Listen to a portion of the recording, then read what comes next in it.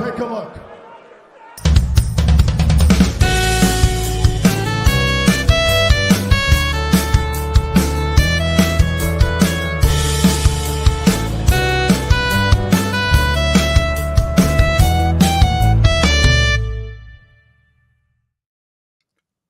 It is March the 6th, 2024. I am Agile Pearl, and it's time to get in the weeds. Jeremy Lambert, we haven't been here in a week on this channel.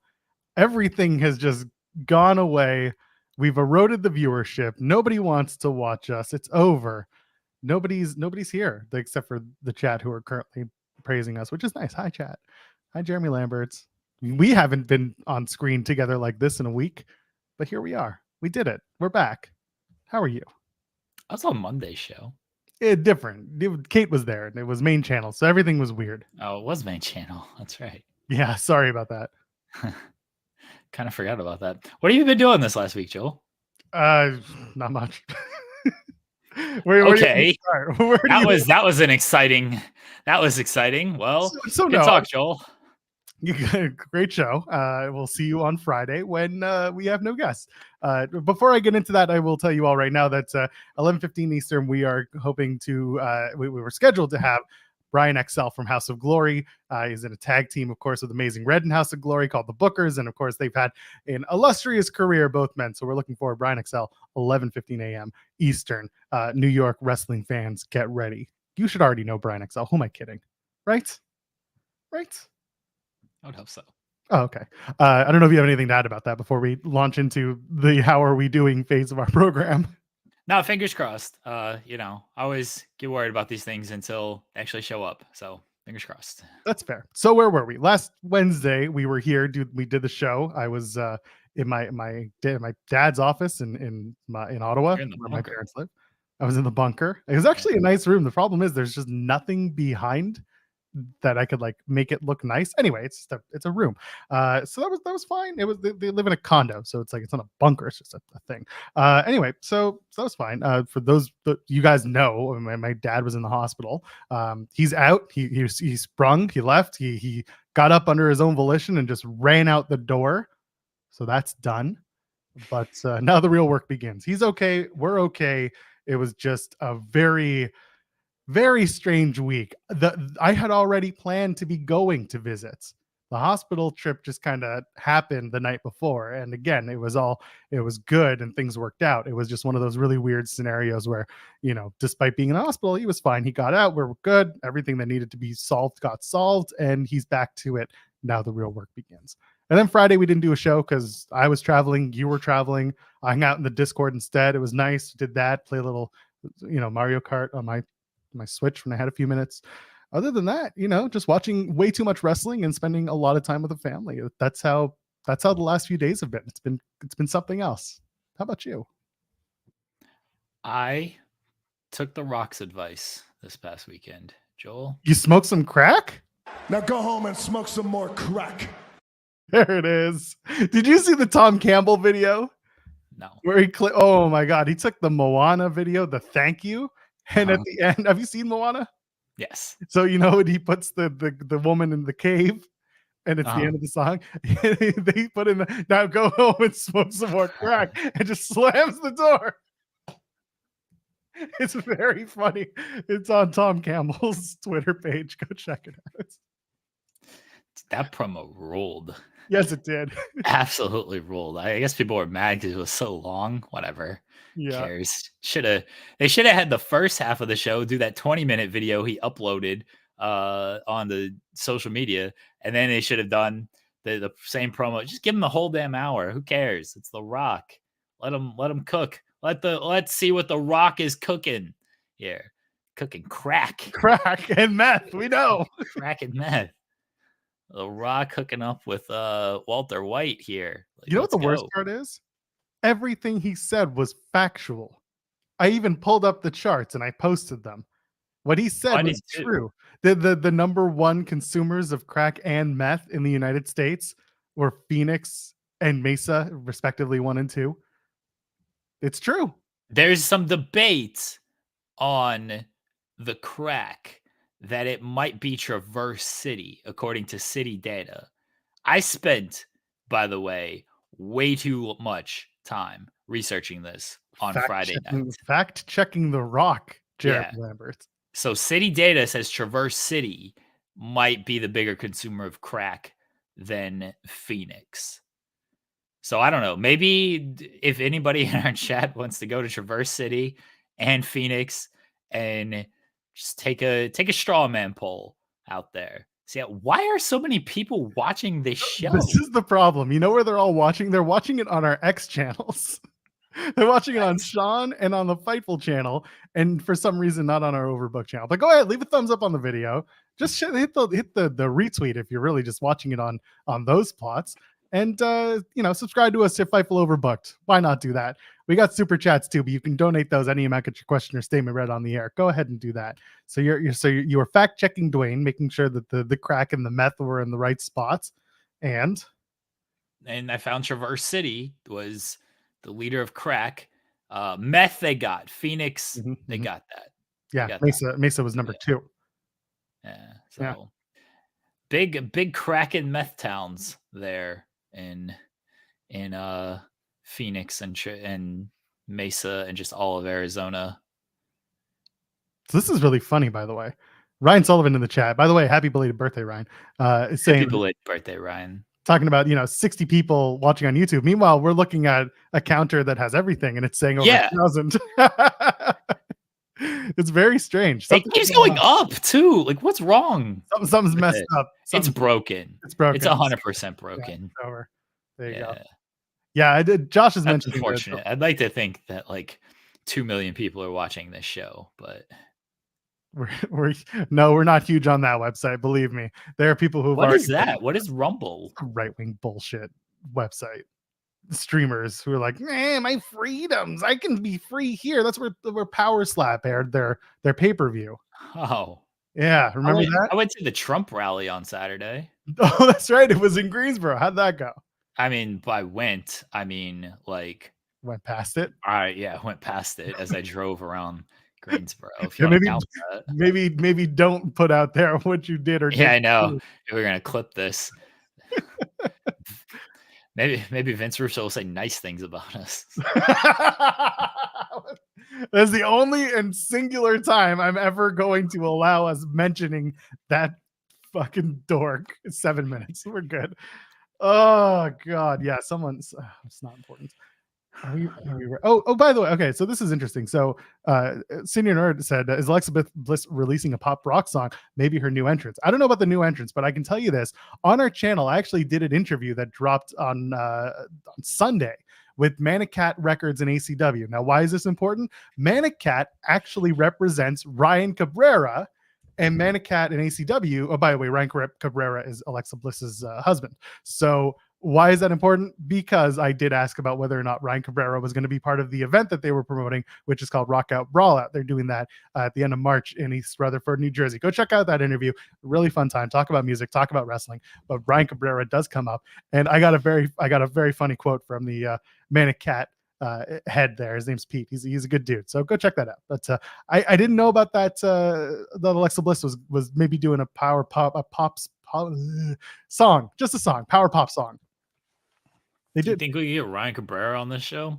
I could ask. I now have a direct contact to his representation. I don't know if Ryan Cabrera wants to, because it's not really his beat, the wrestling, other than I don't care to talk wrestling. That's stupid anyway. Want to talk music with him?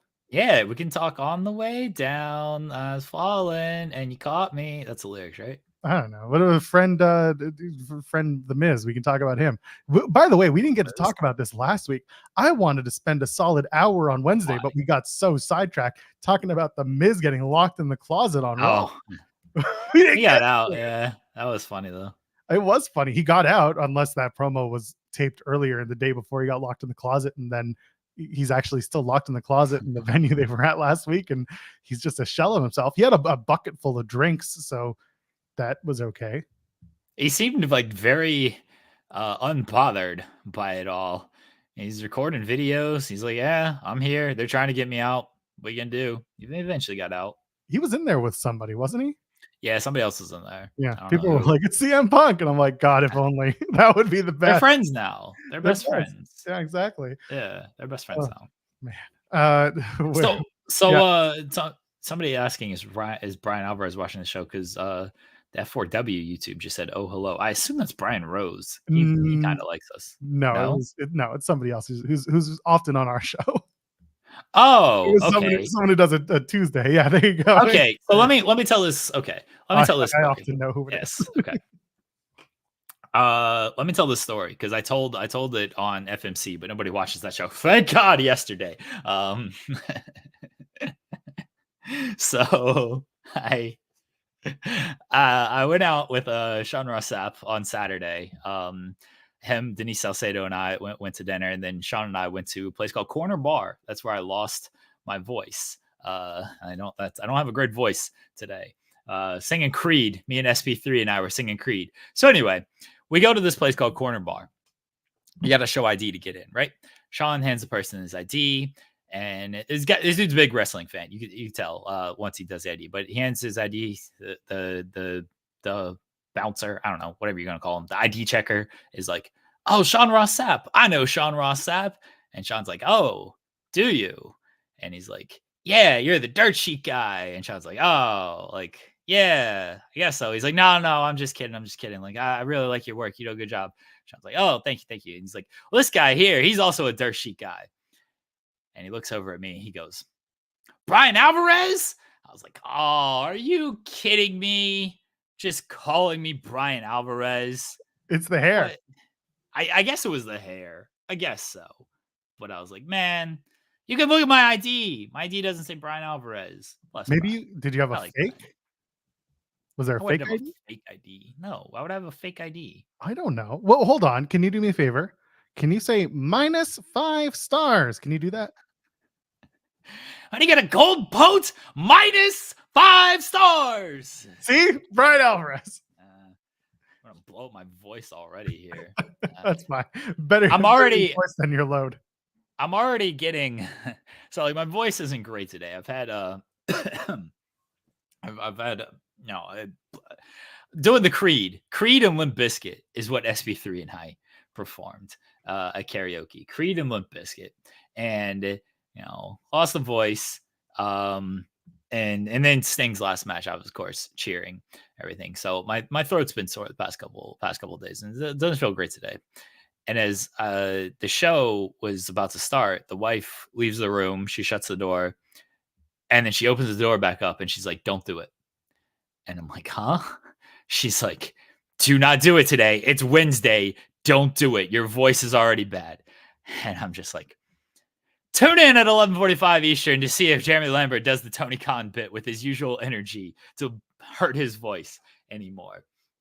Oh, we shall see. We didn't do My Way. We almost did My Way. We did Rollin' because like we were trying to get the crowd hype. My Way is not like a super hype song. We love it. It's a lot easier to sing than Rollin' because you got to. Yeah, but Rollin', you got to move in, move out, hands up, hands down, back up, back up. Tell me what you're gonna do now. Like you get the crowd hype with that. Creed, we broke the machine for Creed. We did Higher, and like it broke. But we still did acapella because you got to give the people what they want. And then me and SB3 did a battle rap because SB3 is not a coward like Top Dollar.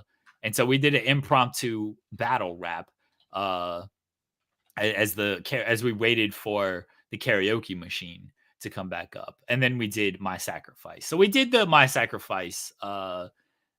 We did some wrestling tie-in with My Sacrifice at the very least. I need to go back for a second. I need to call out your wife for a second. I never do that. I'll fight you. No. She listen. She knows that I think she's wonderful. How we're talking right now. Pulling back the curtain. She is our anonymous. No, she's not. Anyway. No. We don't have an anonymous ITW general manager, and it's not her. Anyway. So this morning she had the perfect opportunity to tell you it's Wednesday, and you know what that means, but she didn't. She just told you. She launched into "Don't do the thing" when she should have said it's Wednesday. You know what that means, and you would have been like, "What?" And you would have been like, "Don't do the thing," and you would have been like, "Tune in at 11:45 Eastern," and all the things you said afterwards. She was looking out for me instead of trying to do a bit, Joel. Clearly, I'm the one who does all the bits around here. She gets enough of it from me to where she's like, "No, just got to put an end to this." Anyway, let's put an end to this conversation. Hey, Hey, we're gonna hit the super chats in a second, but actually, you know what? I can because there's one that's very, very pointed. Chi-Town Spurs. Let's fucking go, Jack Perry, baby. House of Torture. Let's go. Jack Perry joins House of Torture, but his entrance gear was goated. Sure, wonderful, great. He still joined House of Torture. Didn't we talk about this as a possibility? Probably. Didn't we say he was going to take over House of Torture? Probably. I had to go back in the archives. We say a lot of funny things on this show, Joel. I can't remember half of them. I like how Chi-Town Spurs says it. Say what you want about it. What I'm going to say is the greatest thing ever. New Japan is back. Who cares about Okada and Ospreay and Jay White? They're gone. They don't matter anymore. They're outside of they don't matter. We got Jack Perry. Who gives a shit? Jack Perry's in House of Torture, the greatest stable of all time. I can't wait for these 20-minute Jack Perry matches with a bunch of shenanigans as Ren Narita is out there and Show, even though Show lost tonight. But Show is out there and Evil is doing shit. Dick Togo is hitting people in the dick. Jack Perry putting on a rest hold. Like, yeah, take that, everyone. Old Heat Jack going out there and just getting all the crowd to hate him like he should be. I mean, great. He's going to use some real glass. That's what he's going to do. He's going to use some real glass in New Japan because they're not a bunch of cowards.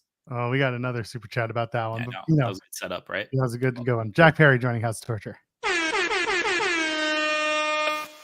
That should be the new theme song for House of Torture. Just that over and over again. If Don Callis can do the brown note, then we can have House of Torture do the stupid horn over and over. I love it. I don't know what they're going to do with him. They can't have him turn on House of Torture because they just did that with Gates of Agony during World Tag League. So that would look bad. They're going to have him friggin' win the title is what they're going to do. Get that title back home where it belongs, to House of Torture. We did the horn. Now it's a morning show. That's usually how it goes. All right. Want to talk about Road Glass real quick? Sure. I think people are probably being stupid about it, but go ahead. Jay Miller sends a super chat. I'm not calling Jay Miller stupid. He sent us a very generous super chat. Thank you. Don't want to come out as hating. The Darby glass spot was unnecessary and not safe. Of course, this is talking about the AEW Revolution spot where Darby went through the glass and the chairs. Moxley and was that Rain? Madison Rain had matches that weren't stopped after being dropped on their heads. Oh, sorry, I didn't read through the whole thing. John Moxley, Madison Rain had matches that weren't stopped after being dropped on their head. AEW isn't the safest, as Tony says. So I'm going to take the last sec first. I truly believe this when I say when Tony calls AEW the safest, I think he's speaking on terms of like outside of the ring. Yeah. Anyone like that people feel safe coming to work and doing their jobs. When it comes to what happens in the ring, I don't think that's really what he's trying to say is that we are the safest. I'm sure he wants AEW and the wrestlers to be as safe as they can be, but there's still an element of danger that comes with the job. But I think when Tony says we're the safest, I think he's really talking about the backstage mentality that, you know, the stories that and the allegations, things like that, they haven't followed over to this particular company. So we'll start with that. The glass spot has been on the topic in the heads of a lot of people lately. You were there, you saw it live. I'll start with your reaction. That was my reaction. It was freaking insane. Like, I saw it kind of coming and I was like, oh my God, it was loud as could be in the arena too. Like, I thought it was insane. I was worried about Darby because he didn't immediately get up. We were all wondering kind of where he was. We saw the medical officials come down. They had like tape and it looked like they were trying to gauze him up and everything. And he just kind of laid there and we were like, oh, is he going to get back in it? He finally got back in it. He still did a coffin drop after all that. So clearly he didn't care that his back was messed up and everything. Like, Ospreay did the Tiger Driver as well on Takeshita. They did the corner brain buster where that looked like it could have been really bad because Ospreay's back hitting the turnbuckle was actually what saved him. Because if he doesn't hit that turnbuckle to slow the momentum on there, he was about to land straight on his neck on the head. And then like when that spot hit, so it's in the corner, like closest to us. So it hits and like, I'm looking at his head and I thought his head hit. And when he immediately grabs his back, I'm like, oh, that was not good. Cause I thought it was, you know, compression on the spine and back and everything. Then he kept going. It was fine, which is good. And we had this discussion when Osprey and Omega did the Tiger Driver earlier in the year. It applies to all of these spots in wrestling to me. Do I want everyone to be safe? Do I want everyone to have long, illustrious careers? Yes. I'm not telling these dudes how to fucking wrestle. It's their job, it's their bodies, it's their livelihood. If this is what they want to do for the moment or for their careers, okay. Should Tony Khan come in there and be like, hey, maybe we don't do this? Maybe, but look, Tony's not going to do that.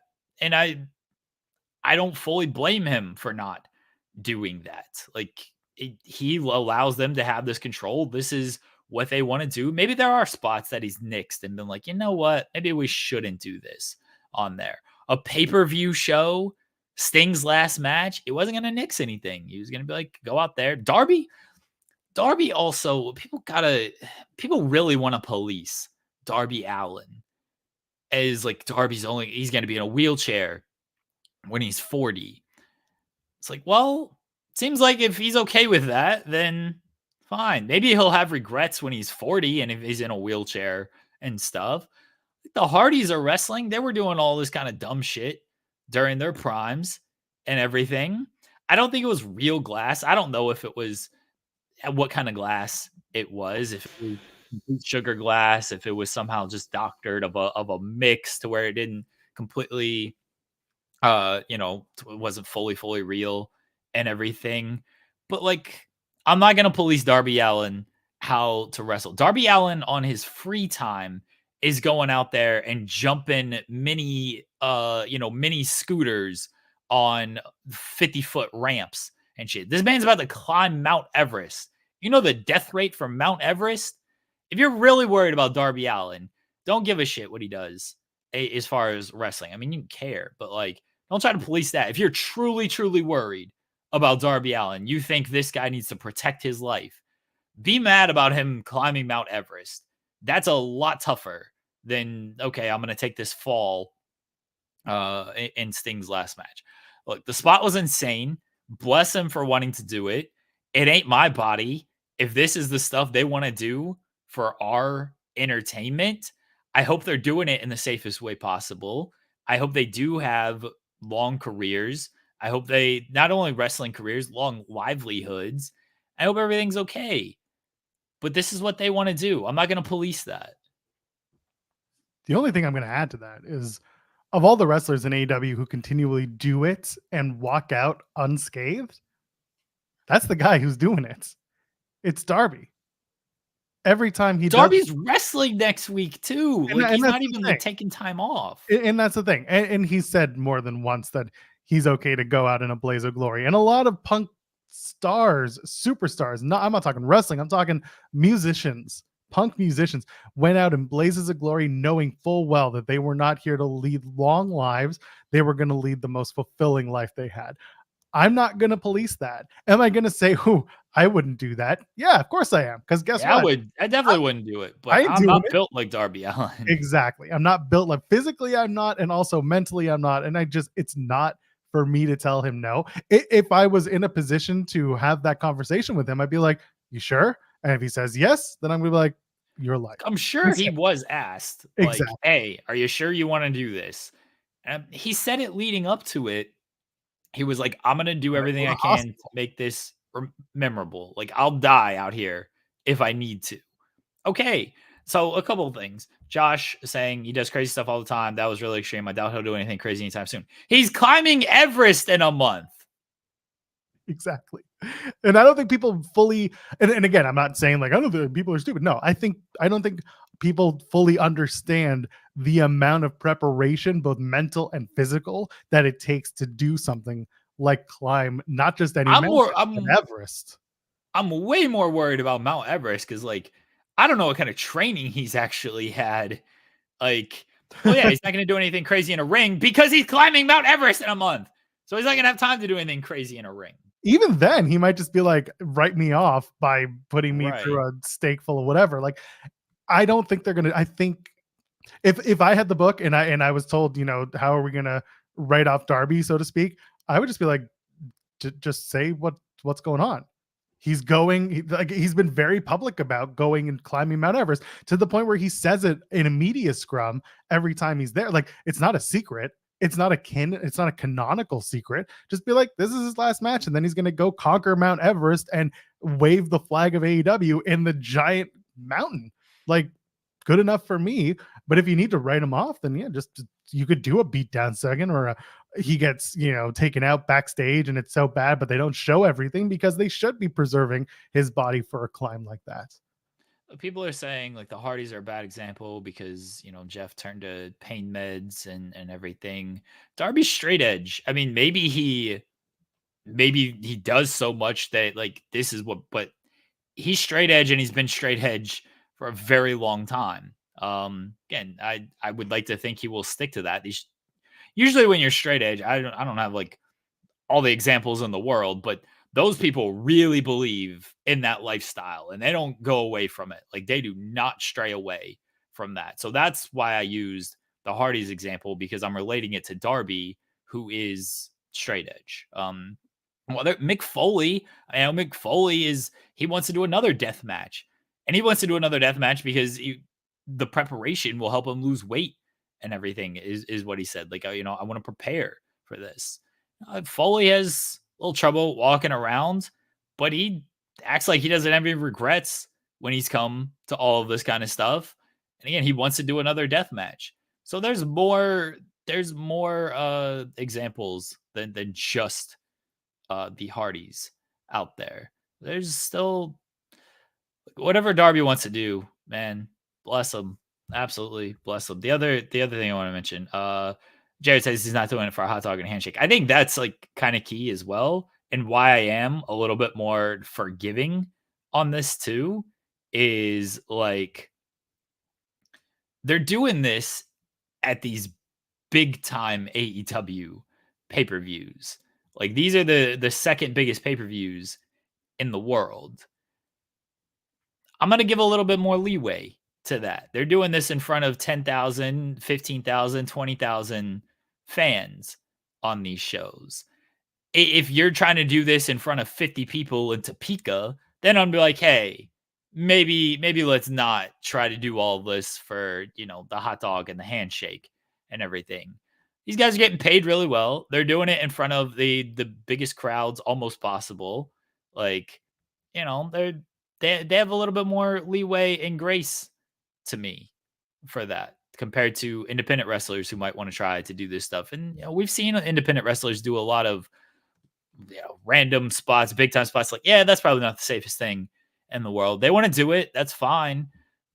But when you're doing it on these types of stages, it's like, all right, at least it seems a little bit more worth it because you're getting paid well and stuff is covered. And the crowd especially is going to really bring you up in those moments too, where if you try to do it in front of 50 people, the crowd probably ain't going to bring you up as much.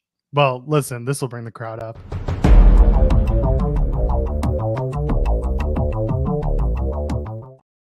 Call him Sammy Callahan because the draw is here. Hello, Andrew Zarian.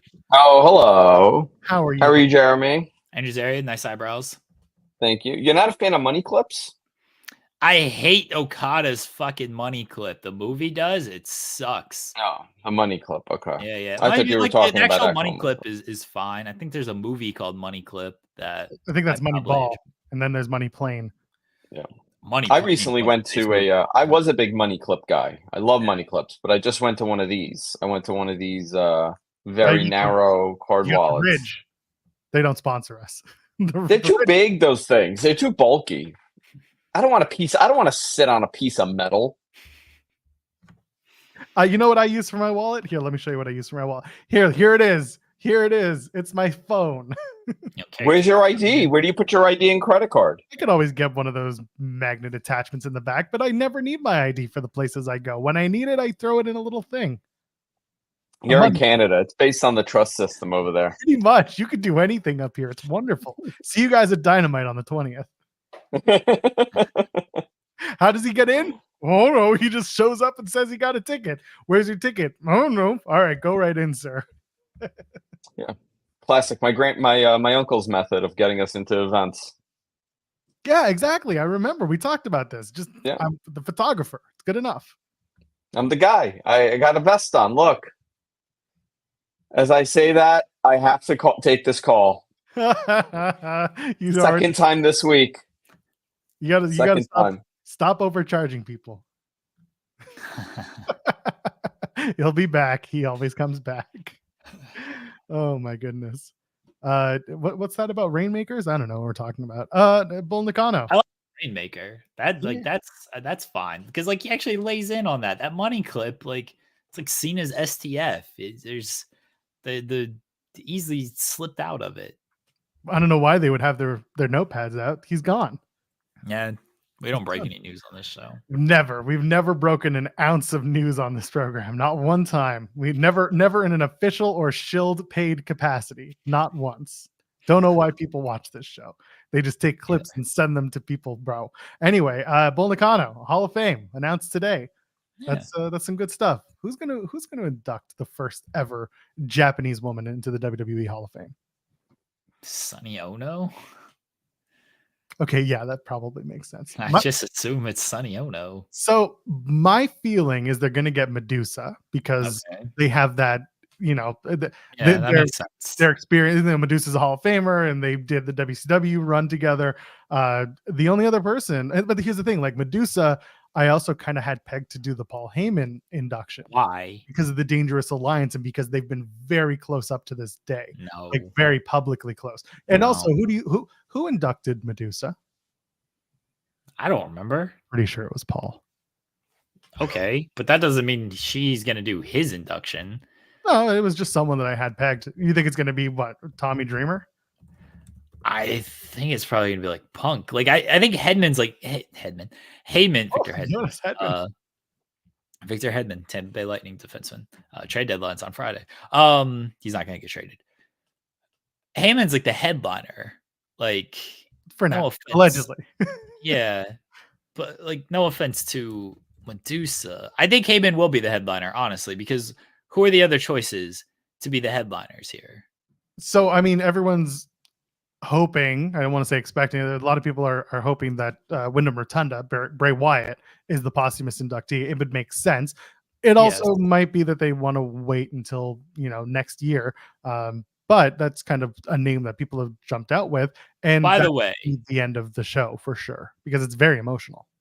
Okay, Natalia inducted Alundra Blaze, so you're already wrong there. Was it Natty? That doesn't sound right. Well, I'm looking it up. Are you calling Wikipedia a liar? Frequently, yes. Okay. I guess that Wyndham makes a lot of sense. I know people are hoping for that. I do wonder if like they don't want to have the headliner be someone who's passed though, because they rarely do that. The last example I could think of was Savage, and they had Hogan for that. Like, and Hogan, fuck him, but like it's Hogan, so you can kind of understand there with the speech and everything. Like, if you have Bray, like who's doing that speech? It's got to be, and I don't. This is not a knock on. I do think Bray should go in at some point, and like should he be a headliner potentially, but you got to also like that's the show closer. Like, is Bo gonna do the speech? I think that Alexa doing the speech, I think like those might make sense. I mean, Bo definitely makes sense. I don't want to say like you gotta it's a television show, but a portion of it is a television show, and you want to send the crowd home with like a big name with positive stories and stuff. So like if it's Alexa, I think that fits. I don't know about Bo with doing induction. I think it'll be very good, but man, that's a very emotional thing. And I don't know if Bo wants to do it.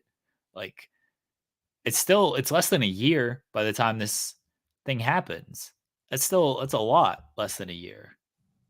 Yeah, it's that's why I'm in between with a lot of this. I'm wondering who inducts Bull at the end of the day. That's my big question. Who inducts who? Bull Nakano. Because going back to the point of I think it could be. I think Sonny Ono is always an easy. I think it could be Medusa. I don't think she's inducting Heyman. Again, I think Heyman's probably like Punk. It's going to be a big name. Yeah, usually with these. What? No, I am agreeing with you. It probably will be a big name, like Medusa. No, I'm kidding. Usually, when you have these, the headliners, you get a pretty big name in there to set them up. So I think that CM Punk makes the most sense on that. You want to induct Paul Heyman, Andrew Zarian? Oh, I'm here. Hello. Hi. Cool. I mean, it's great. And this is, I think this is Triple H's first Hall of Fame, right? Yeah. Interesting, because Paul was asked before, and for years he didn't want to do it because he wanted to do it when his career was over. But I guess, the honor of being Triple H's first. He said it as much. I think it was New York Post. He did an interview with. By the way, Stone Austin's a good shout for Heyman to potentially induct him. That's a good shout. But Heyman said it. He's like in Philadelphia, so that obviously means a lot to him. And then Triple H's first Hall of Fame, like that means a lot to him. So that seems like why he accepted it this year compared to previous years when he turned it down. My feeling having Austin do that is it will raise too many, not red flags, but it's going to create too many rumors of Austin working Mania and then too many people complaining when he doesn't. Well, fuck him. Thanks. I mean, he's going to have to flat out be like, nope, I'm just here to induct my old friend Paul, and that's it. Give me a hell yeah. And then that's the ball game. I mean that sincerely. Like, if people want to create their own expectations, like, oh, Austin's there he's inducting Heyman.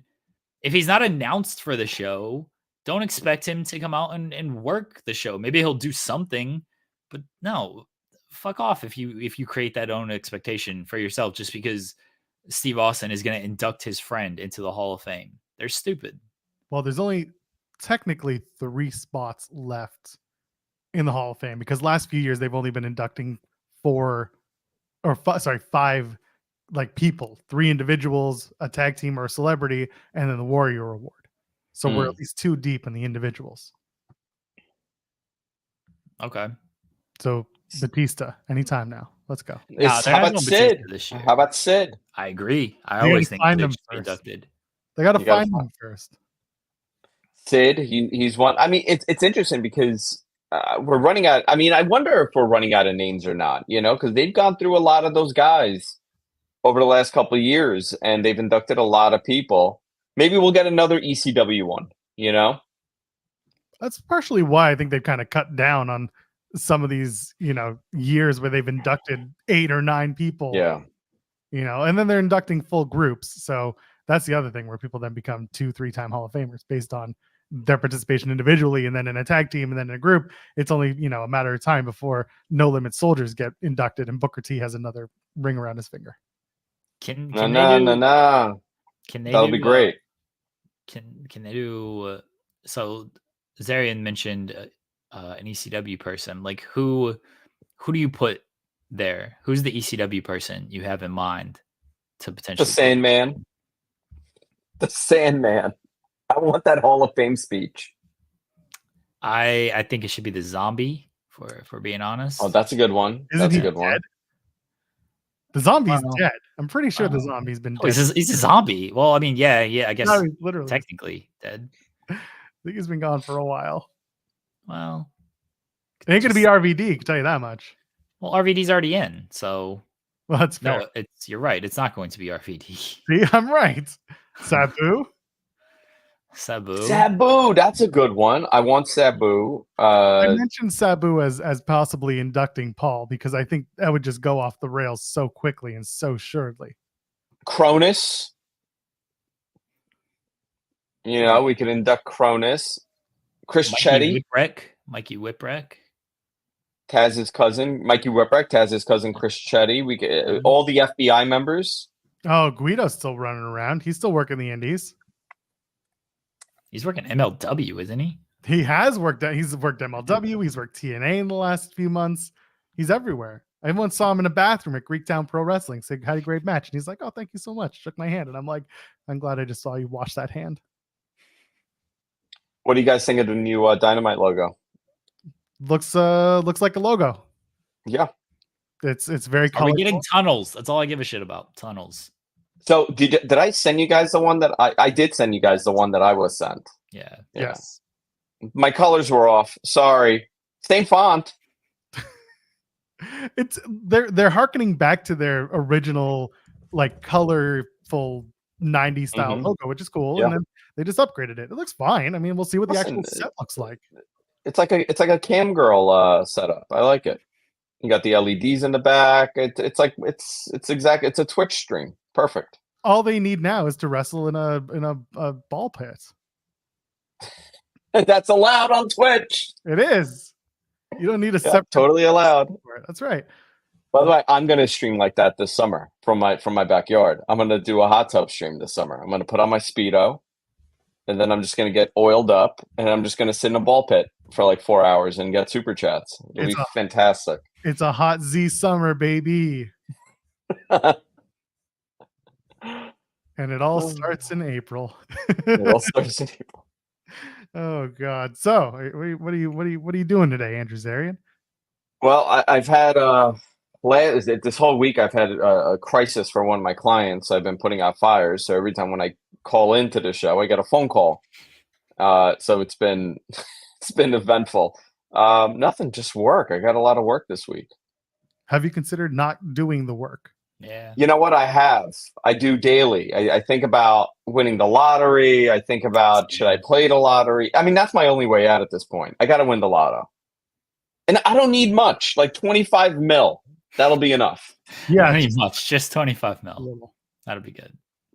I've planned it already, what I'm spending. I'm gonna get a compound somewhere. I'm gonna build little homes. I'll bring people. Everybody will live. I'll grow out a long beard. I'll start just wearing like a white robe. A white robe. Yeah, white robe, long beard. Like half style.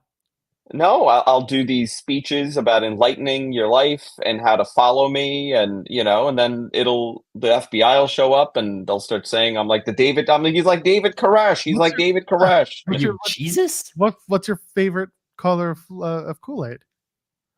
Oh, definitely the purple one. It's the purple drink? Okay. Yeah, sure. Yeah. Okay. Now I know what to bring for the housewarming party. It's not like a bad cult, right? We're just a little menacing. Like, see a fruit stand somewhere, knock some of those apples down just to let people know we're around. The most New York thing you could think of. I'm walking here. Oh my goodness. Everybody on their toes a little bit. I'd join this cult, Andrew Zarian. I know. Thank you. I knew you would. Joel, he won't. He won't want to be part of this. I'm what people call a free thinker, aka Canadian. We do like goat yoga in the mornings. That sounds fun. We have little baby goats that do yoga with us. Yeah. Can we blow up the moon? That's the ultimate plan. Yeah. All right. We could if we really wanted to, but we'll have to go there first. Like, that's our whole thing. We have to end up on the moon. Yeah, we've never been to the moon. It's all staged. Terrible graphics too. Can't believe all these people were fooled. Did I tell you guys how I don't know why I would have told you guys. I had that discussion recently with somebody, like arguing in my DM over this. Why are you doing over the moon landing? No. I made a flat Earth comment. I said something dopey people flat Earth. Oh, and then I got it, and I felt and I felt so bad for this person that DM me. I felt so bad for them. They're just dopey. Why are you talking about? I wouldn't feel bad for him. I wouldn't feel bad for him. Oh, I'm trying, but I can't. What's the hot dog highway? What is this hot dog highway? That's what I call my train ride to work. That was the Long Island. None of this sounds good. No, it's a very sad existence for you. I thought you really today. Yeah, I'm sorry. I'm like a sad boy today. Do we have to pump you full of meds and make you feel better? I think that's what it is. All right. I think I need some. No, I've after Revolution, I was taking some time off from wrestling. I I've had no time to watch any. Like Monday Night Raw was a disaster for me to watch. Tonight, I'm going to try my very best. I'm hoping it rains. I don't know if it's going to happen or not. It's raining here, so you might get Is lucky. it? Yeah, I think it's going to rain. You think it's going to rain tonight, Jeremy? Yeah, so I've heard. It's going to be rain. Interesting. This is a great weather report we've added into our morning show. Yeah. It's accurate and dependable. Tonight's Dynamite report looks like it's going to be about 35, a little cloudy, with a 90% chance of rain. So everyone, make sure you bring your umbrellas. Make sure you have your jackets. Bundle up out there, everyone. Don't forget to clip up your coats and bring your money making. Your rain. And then after the show, now go home and smoke some more crack. Did people really not like Dwayne on there? What did they have a problem with it? With him? If they didn't. Yeah, it was. Listen, Kate and I talked about this on Monday, and like the general consensus is great promo, way too long. That was like it was 40 minutes. You could. What do you guys want to watch wrestling? That's the thing. He could have done it in like 25. There was a lot of waiting. There's just a lot of like. But you know what though, Joel? Remember that SmackDown over the summer where they did that Bloodline segment and it was 38 minutes. So this is the thing. It's not about whether or not it was too long, period. It's whether or not it was too long and could have been shorter. If the content of the 40 minutes makes sense for 40 minutes, then you do 40 minutes. They didn't need to make it 40 minutes. In this case, you could have done it in 30. And you would have achieved the same outcome, and you would have had just I think happier audience. I don't think it was the entrances. It was 11 minutes until someone said a damn word to open the show. Are you counting commercials? No, I'm saying 11 minutes from the start. Okay, no, I know this. You have a 3-minute opening video package about Elimination Chamber. That's fine. You do that, but then until 11 minutes past the hour. That's when Roman Reigns finally opens his mouth and says something. It was that entrance that just takes forever. And then The Rock does his entrance and that takes forever. Stuff like that. I'm not saying that ramp is not that long. We've all been to WWE events. The ramp is maybe about 100 feet long and they make it feel like it's 500 feet long by the way they walk. And they could have just condensed it just a little bit, but you got to get it all in because that's what the presentation is, and that's what adds the extra time and makes things more frustrating. You guys are all haters. The full segment is 30 minutes. They uploaded. I didn't mind it. I liked it. I was into it. The time didn't bother me. Full segment was 30 minutes. I don't know where you're getting 40 from. You must be factoring in commercials. Sure, there was 10 minutes of commercials. There shouldn't have been 10 minutes of commercials. Well, you got to pay some bills around here. Nah. The segment should have been longer. Great. Can you hear The Rock talk about meth head Marys and crackhead Karens all day long? I want him to drop some more stats as well. I hope every town he goes to, he has like all these stats. He's like, oh, we're in Dallas, Texas tonight. Dallas is number 1 for whiskey deaths out there. All you whiskey alcoholics need to stop. Need to knock that off and go to an AA meeting. All you whiskey Walters out there. That's what we need. We need The Rock just doing a bunch more statistics of why these people are living terrible lives and that The Rock is there to save them. That's what we need. Brian Gewirtz is already doing all of the research on the upcoming Texas. Good. I don't even know if they're in Texas. I was just making. I think they're in Texas, like for both shows this week. I think they're in Houston, and then they just did San Antonio. I don't know where they are. It doesn't matter. Now I'm looking it up. But we need all of this. Let The Rock just run down all this shit. Go on City Beta. You know what? Let's do it. Where are they at? Where's SmackDown this week? They're in Dallas on Friday. Then they're in Houston on. Oh shit! I was right. I just made that up. No, I legitimately made up that they were in Dallas. They were in San Antonio on Monday, so they're doing a Texas swing. I made up that they were in Dallas. And then they're in Memphis on the 15th for SmackDown. So clearly Jerry Lawler's going to be there. All right, let's look at Dallas. Let's go to city data. For those that don't know how the city data works, it does data on cities. While you're pulling that up, I will say this. So Jeff Valley was saying 30-minute matches better than 30-minute promos. This is what Kate and I were kind of talking about. No. It comes down to your taste, and it comes down to the content in the promo. Like some 30-minute promos are good, but some people would rather watch a 30-minute match. And to get into that, that's cool too. For me, I thought that the 30-minute promo could have been a little bit shorter, and you could have delegated a little bit more time to other things going on SmackDown, or at least just, timed it back out to where it was supposed to be. Again, when The Rock shows up, expect your segment to be cut. That is exactly what the saying is, and it continues to be that way. They shouldn't even book other segments. It should just be 2 hours of The Rock doing his tightest 90 minutes. Yeah. All right. Wrestling. He just runs the ropes for a solid 5. If he can keep up with that, then we know he can do a WrestleMania match. All right, here we go. I got a lot of data on Dallas. Of course. Their diet health is 46.9%. Bunch of fatties. He's going to rag on that. It's Texas. Fattest state in the nation, I'm sure he's going to say. That's actually below the Texas average. The Texas average is 48. That's Houston. I'm sure if they were in like Galveston, it'd be a different story. I got oral hygiene data. Average years since the last visit a dentist, 2 years. 2 years. They're only on the dentist every 2 years. It's expensive. It's expensive to go to the dentist if you don't have any insurance. 20.8% of people in Dallas have gum disease. I think he's saying brush your teeth better. Andrew Zarian saying bye. Bye, Andrew Zarian. I got to go to my train. Good luck, buddy. Good luck. I got to run. You got this. Bye, Z's.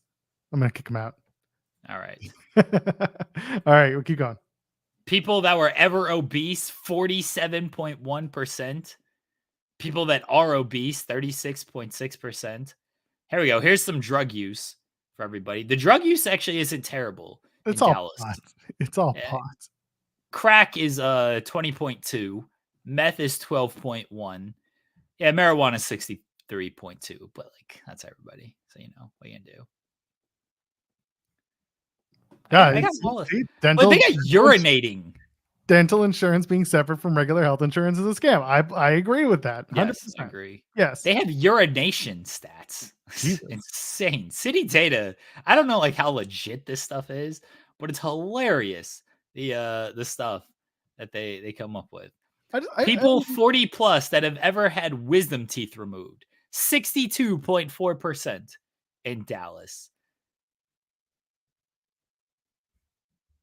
Wow. That's big. So 17.7% have high blood pressure. 13.8% have high cholesterol.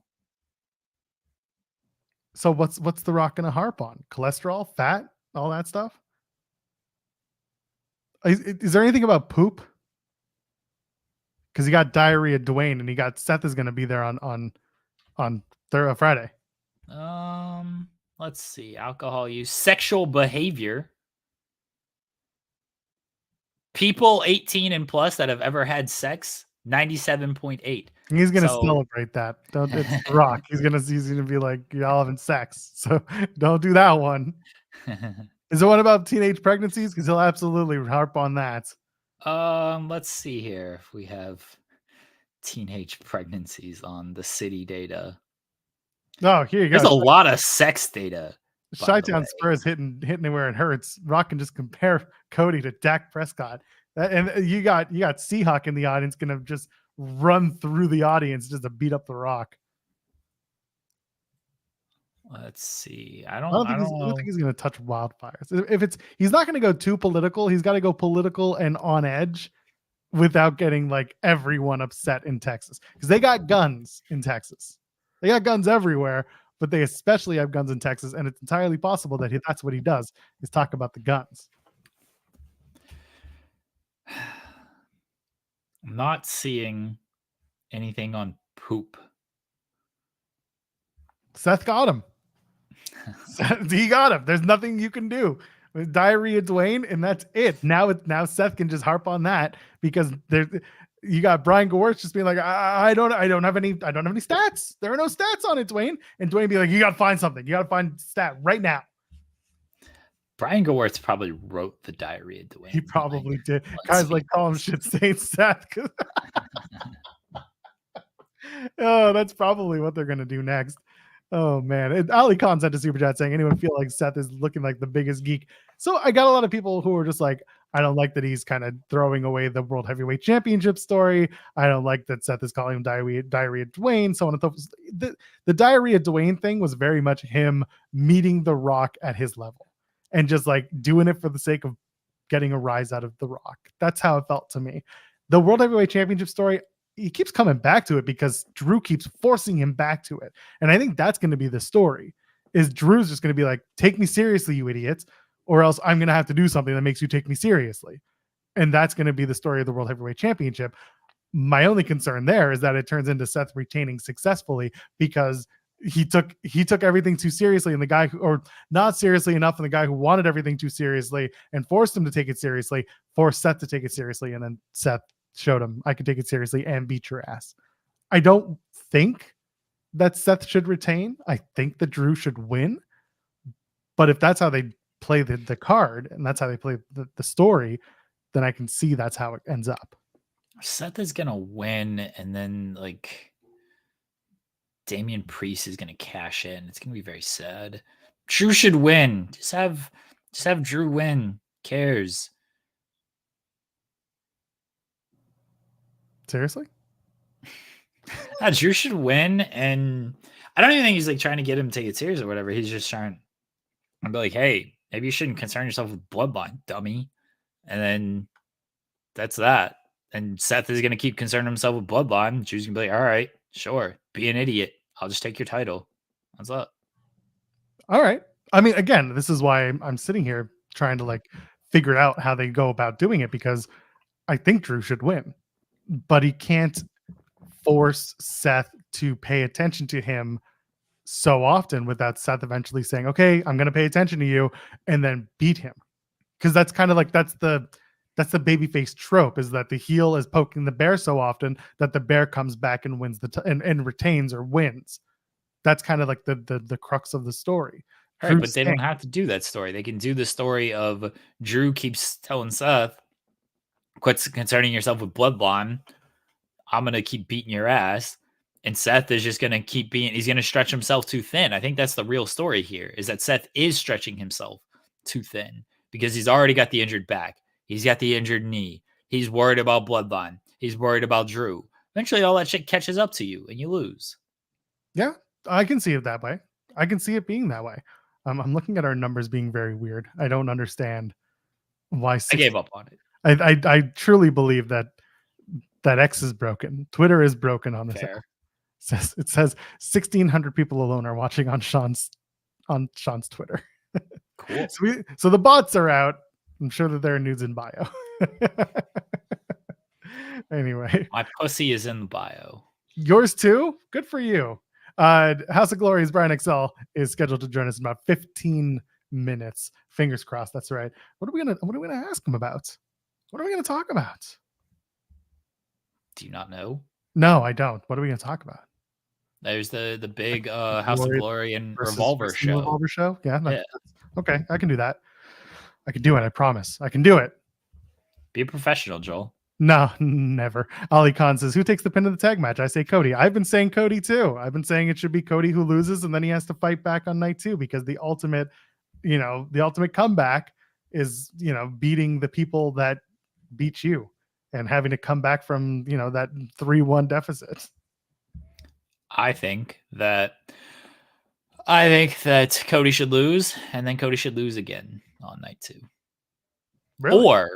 Or Roman should pin Seth night 1 and then pin Cody night 2. Let's go. So we just need more adversity, but I think that's not adversity. Oh no, I'm saying King Potato, Andrew Zarian's cousin's saying more adversity. I would think that Cody eats the pin on night 1 and then he wins on night 2. Who pins Cody? I would have The Rock pin Cody. Easy peasy. I would have Roman pin Cody both nights. I would not have Roman pin Cody. Or I would have Roman pin Cody night 1, Rock kicking Cody's bitch ass out of the night 2 main event and be like, all right, now we're going to do the match that we were supposed to do before you and your blonde hair got involved. And then we just change up the night 2 main event to Rock and Roman because that's what the fans really wanted. Did they ever figure out the hair on Cody in that image? Because I don't know if you saw it, but like his hair was. Oh no, that was Perth. Sorry, that was Australia. The photo of Cody that they used, he had like silver white hair. It's like they aged him 30 years. It was very strange. But I guess they fixed it for the Mania one because I'm looking at it and Cody has the proper color white hair or blonde hair, I should say. That's good for Cody. Hope he comes back with the black hair. He needs to lose. He needs to lose so we can have the black hair coming back with that. Downstate, did you see that they are teasing playing Cody to the ring at Mania? Oh shit, he's not going to lose if he gets that entrance. They dropped the date, the Mania date, on their band website, and the singer did too. And that's possible. Downstate playing Seth to the ring at Mania. It's Cody, not Seth. Could be playing both of them down to the ring. I'm all over the place now. Roman should pen those idiots too. The members of Downstate, that I'm fine with. Just stack them all up. Yeah, have a gauntlet match with those guys. But Kingdom sucks.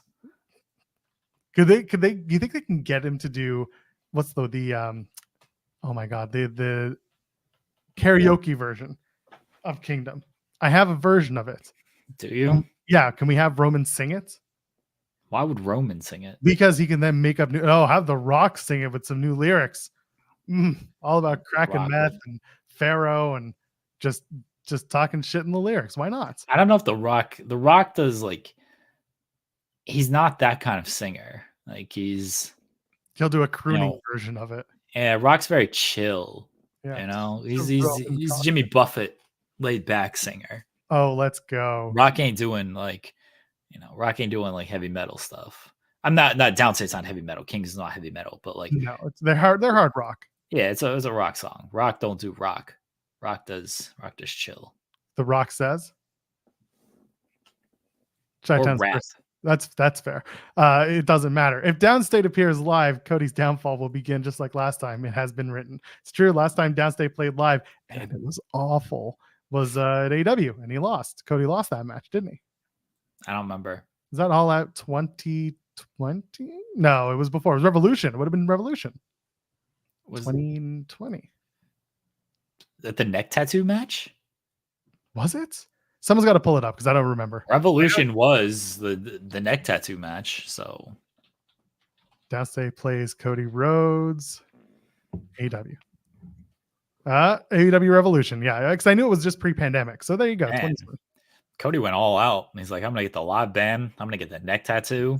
It's awful. And then he put over MJF. Good on him. It was not a good performance. The Cody match was fine. I mean, the Downstate performance, it's just not good. Not good. You know what the best Downstate song they ever did was when they did Matt Cardona doing the Sandman, doing Enter Sandman with the Matt Cardona song. That was good. I'll pull that up sometime. It was a remix. It was really well done. I'll take your word for it. You should. Most people should. Okay. I do remember that Downstate that people were like not happy and they're like, "Ooh, this is great." Very poorly mixed. It was not good. Yeah. Oh man, we'll hop into Dynamite and WWE will do it better. Pardon? WWE will do it better. Well, that's the thing. I've never seen wrestling do audio of any band well. Like it always sounds like they're trying to. Basically, like they can't mix music for shit. I've seen every band that's come into WWE and do stuff sound absolutely horrid. The only way it's going to sound good is if they pre-record it and like do a Super Bowl halftime show caliber recording. Now that Bray entrance at WrestleMania 30, that was really good. That one was easy though, because it's a very like low, like it's a low key song. It's very like moving, but like any rock song Still I've seen them do, no, it was good. I'll give Mark Crozier, I'll give him that. That was good. But like, if they did the Hurt and Heal one live, probably wouldn't have been good. What was Orange Crush? Yeah, that's the band. They've done a couple of live shots that have been bad. Poppy, Poppy was another one where like it's always sounded bad, but she has sounded good. It's always very tough. They get the singer right, but they can't mix the band with shit. Cult of Personality was a good entrance when they did it for Punk. No, it wasn't. It looked cool, but it sounded awful. I have seen Living Color do their thing live, and it's been better. It was not that great. Wow. Look at Joel. Jeff Valley Driver pointing out, like, when rappers do it, it's great. And he's right, because it's singular artists with a microphone going over usually a track, or at least just pre-recorded music. It's a lot easier to mix that. But like doing a full band with guitars and drums and mixing all of that, they don't have someone in the truck who mixes music. And that's just the reality. They have someone in the truck who mixes for a live sports presentation, and therefore it's two different styles of mixing, and it just doesn't sound good. We should abolish bands. Like forever, or in wrestling? Yeah. Forever. Like all throughout. They could contract one out for a night, actually, and it'd probably be a really smart idea for WWE, but I don't know, or AEW, I don't care who, just to have someone who properly does it. There's got to be a better way for them to do it, because it's not necessarily the person mixing it either. It could also be what's available to them in the truck for mixing a band, and like what's worth it. So there's a lot of moving parts there. I just don't know what works best for them. Do you have anything to add to that? No. Okay, just making sure you didn't freeze. Yeah, someone's pointing out Snoop Dogg for Sasha Banks. Again, a rapper coming out with a pre-recorded track and rapping over the song. Sounds good. Also, Snoop Dogg's a legend. Yeah, WWE Hall of Famer, undefeated at WrestleMania. You know what? Here's the best example. Hardy, not Jeff. Ooh. Exactly, Hardy, the country rock whatever. When he did that Royal Rumble present, he did that. No one watched that. It was in the no idea what you're talking about, and it was awful. Very, very, very good point. And they had all the tools necessary to be able to do it. It was bad. It was so bad that they had commentary talking over it. It was bad. I don't remember it. Bad. I probably didn't watch it, honestly. I was just like, sure. You probably were catching up on other things while you did that. Time to, probably working. I was like, whatever. Who cares about these guys? Oh, man, it was so bad. Anyway, what else? What are we doing? What are we doing here? Where are we? What do you want to talk about? Do you have fun at Bojangles this weekend? I went to Bojangles a lot. I'm sure you did. I almost had it nearly every day. Love the Bojangles. There's one sort of near us, but it's still too long. Too far of a drive, and it's not like the authentic North Carolina Bojangles. It's that fake South North Carolina. Wait, you were in North Carolina. What are you talking about? Yeah, I'm saying the one here in Ohio doesn't have the authentic North Carolina. Oh, got you. Yeah. Okay, that makes more sense. I was a little confused. I shouldn't be, but I am. So what do you want to talk about? I know, Joel, you're the host of the show. Steer something. Well, you also host the show. You were doing things this weekend. You can talk about things that you were talking about on the lesser seen show. You don't need any more freaking pauses here. Of this. I'm the co-host of all of this. Yes, you are the co-host, and I'm giving you the reins to pick a topic in the last 5 minutes before Brian XL joins us from House of Glory. Well, hopefully Brian is going to join us. I always get a little concerned with this kind of stuff, but hopefully Brian is going to join us today. I'm sure he will, and if he doesn't, we'll send a search party. I don't know if it's just we're just sending Kate. Oh, that's not going to go well. Never does. Oh yeah, we could talk about NXT for 2 seconds. Sean Spears is back. What did they name that dude? Arthur Connors? Uriah Connors. Uriah Connors. Because Uriah Faber. But yes, Uriah Connors. Is that what he's based off of? Uriah Faber? I wouldn't be surprised. I'm sure someone's going to ask him and he'll talk about it. But yeah, there you go. Brogan Finley is now Uriah Connors. Got beat up by the returning Sean Spears. Did you know that Sean Spears is back in NXT? And now him and Rich Holland are going to have a match. Sean Spears and Rich Holland, not Uriah Connors. What a weird name, Uriah Connors. I'm sure there was a reason why he picked that name, and I'm sure he'll talk about it when he either does interview or puts it out on the Twitter. I know they don't like to do the play off the name. They changed Breaker's name. They changed Dempsey's name.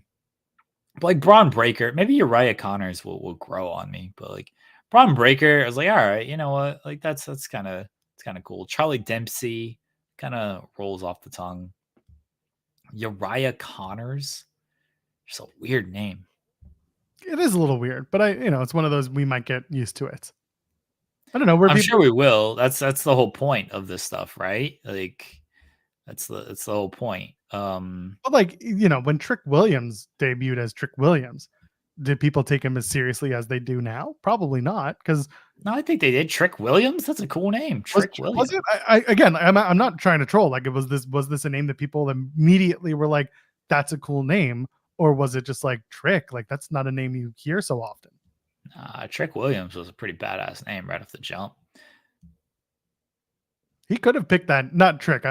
Someone's saying, maybe Uriah Connors didn't pick that name. He could have picked that name. They do sometimes say, hey, make a list and we'll pick based on the names you present us. Yeah, usually that's what they do. I assume he had some type of say in it. Maybe he didn't, but typically the way it works based on every single account of every single person who have ever walked through that door is you submit like a list of 5 to 10 names and then they roll with that. Like, and so I assume Uriah Connors was on that list, and whatever why ever he picked it, that's what got picked. Yeah, Carl Frederick picked his name, Jared's saying. So there's someone who yeah, everybody typically gets to pick their name. Maybe it's not their first choice, but they still have a say in it. You also want something that's not going to get picked again. You know what I mean? Like, no one's going to call, like, if you call yourself Steve Williams, well, there are other Steve Williams. There will be other Steve Williams. People name that way. So you want to pick a name that people are like kind of familiar with, but you're probably not going to see that combination again. It's a game. It's a very obnoxious game that you end up playing. So Uriah Connors is Brogan Finley's name. And the other guys are also like, some of the names are good and sometimes they're not. And sometimes those names still get over. Braun Breaker. There you go. Good point. See, Braun Breaker, like, I know why people were mad about it, because like Bronson Rex Steiner was right there and the Steiner name is like kind of cool. But like Braun Breaker, if you just accept that it's not like a Steiner name, he's not a Steiner, and you're just like Braun Breaker, like, yeah, that's kind of a badass name, honestly. People were more mad, I think, that it just wasn't a Steiner association than like being mad at the name Braun Breaker. Maybe I'm wrong, but that's what I was more of like, oh, probably should have played off the Steiner a little bit, but like Braun Breaker, it's kind of a cool name. Also, so many years later, not sure if you even want to be related to one of those Steiners. So sometimes it's a preservation tactic. They made reference to him when they signed him to SmackDown, right? They made reference to him being a Steiner, or at least being of that lineage. But other than that, Rick's been on TV. He got kidnapped. That's true. He did. And then they don't talk about that anymore. But like that, and there's also, they're both Hall of Famers. Rick and Scott are now Hall of Famers. Point being, it's a name. What's in a name? Butch. Butch Mania was my favorite. Yeah, Butch was a weird one. That's because we were so used to Pete Dunne. It's like, what are we doing, Butch? Yeah, well, that was it. Everyone got used to that name. But it was Gunther. There's another really good example of that. People were so attached to Walter that when he became Gunther, people were like, "Oh, it's over for him. He's going to get released tomorrow." And look at him now. It's 630 plus days as Intercontinental Champion. What I'm hearing about Gunther is true. Exactly. Then, oh boy. And that's kind of that's what it is with naming conventions in WWE. Sometimes it really doesn't matter. And some people are going to clown on Braun Breaker and names like that at every turn, but then other people are going to be like, yeah, Braun Breaker is fantastic. He's a great wrestler, and that's all I care about. And that's good enough too. So Uriah Connors is the name. Good luck to him. Brogan's a good worker. He looked like, no offense to him, he looked like every generic person out there. last night. I was like, okay, sure. This dude looks like anybody else they could have picked out of a lineup. So, it wasn't his showcase match. It was a Sean Spears showcase match. We'll see. I don't think they're like immediately going to push him or anything. We'll see. This was one of those times where it was totally sensical to put out a guy like Connors out there, like Broken Finley, because you want a guy that already knows how to work, can go out there for a minute and look good, and already has those basics, those baselines, just to sell and get beat. In the grand scheme of things, it means nothing, because when you ask 6 months from now who Uriah Connors is, they're probably not going to tell you he's the guy that Sean Spears beat in 70 seconds or whatever. He's just going to be, well, maybe they will. It depends how they present him. But if they have bigger plans for him, then they'll just re-debut him and make him a big deal, and that'll be that. There's nothing wrong with it. It's a good, good way to get a TV rep in and be largely nameless unless people know you. Uriah Connors should beat Alexis King. Do you think that Richard Stone, is that, no, what's his name? Mr. Who? Stone, Mr. Stone, Von Wagner's guy. What's his name? Stone. What's Mr. Stone. Yeah. Doesn't he have a first name? Robert sometimes? Robert, not Richard. Yeah. Robert Stone. Do you think he's going to beat Alexis King? I would love to see that personally. I hope so. Just make Alexis King like the biggest loser in NXT until he gets a fluke victory somehow. I mean, there's worse gimmicks to go with Alexis King. What's he doing? I don't even know what he's doing. He lost to Obafemi last time I saw him. Yeah, they're just doing he's being personal, a personal dickhead heel. That seems to be the Alexis King way. Okay, sure. And the only other thing from NXT is Tony D versus Ilya. Hell yeah. It's going to be Stand and Deliver. Is that going to be the main event, or is it going to be Trick and Mello and they do a last man standing or some sort of gimmick match to it? I guess Tony D winning the title, baby. What are you talking about? That's the thing. Is the NXT title match big enough to be the main event, or is the Mello and a Trick story big enough for the main event? Tony D'Angelo's the main event. Remember when he's debuted and everyone was like, oh, like ironically for him, and then it turned real quick to unironically? That was great. This is why I actually think Tony D'Angelo is like the biggest success story of NXT 2.0. Yeah, is that debut happened, and people are like, oh, it was ironic of like, let's cheer for this guy, and then he proved he was pretty good in the ring, and then he's now worked himself into a title match at WrestleMania weekend. So Tony D'Angelo should main event. He should win the title. Well, speaking of WrestleMania weekend, if our guest is ready, you can give me a thumbs up and we can get right to it. Let's do it, folks. Very excited to welcome now from House of Glory. Then we're going to be let's get into why we have him here on April the 5th in Philadelphia. It's going to be House of Glory and Wrestling Revolver. They're going to have a co-match card. They're going to beat each other up. We're going to welcome right now the one and only from House of Glory, Brian XL joins us now. Good morning. Good morning. How you doing, guys? I couldn't figure this out. It's my first time using this app, so I was just trying to figure it out. No worries. No worries. How you guys doing? Good. We appreciate you joining us.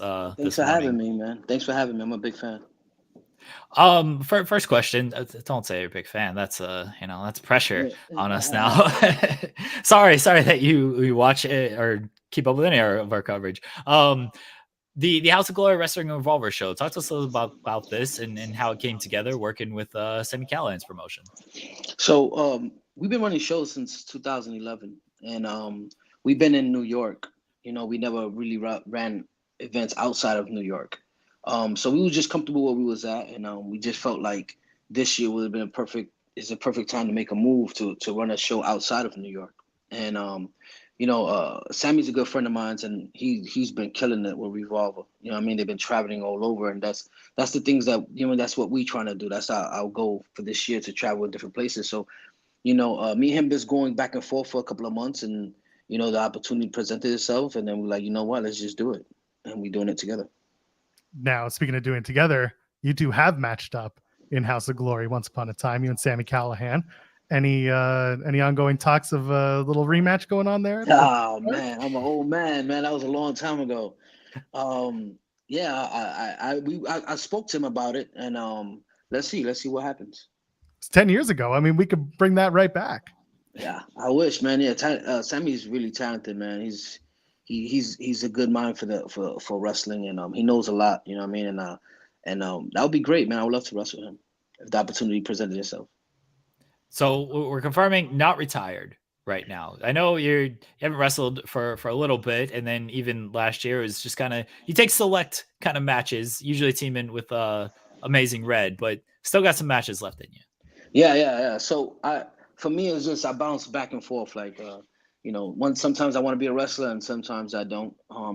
Me and Red, we sat down and we came up with this group called the Bookers, and the fans, I loved it. You know what I mean? And so we did it for a little while. Then we spoke to Brett from GCW, and he brought us in, and we did good. And I feel like we had a big blowout match against the main event, and then we basically went our separate ways.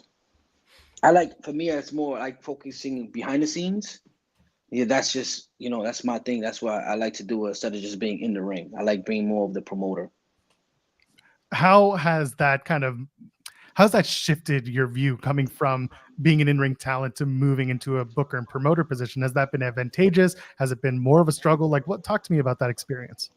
It's definitely been a struggle, especially, obviously, I never, at that before 2011, I never promoted any event, so it was definitely a struggle. And I just learned while we went, and nobody ever taught me anything.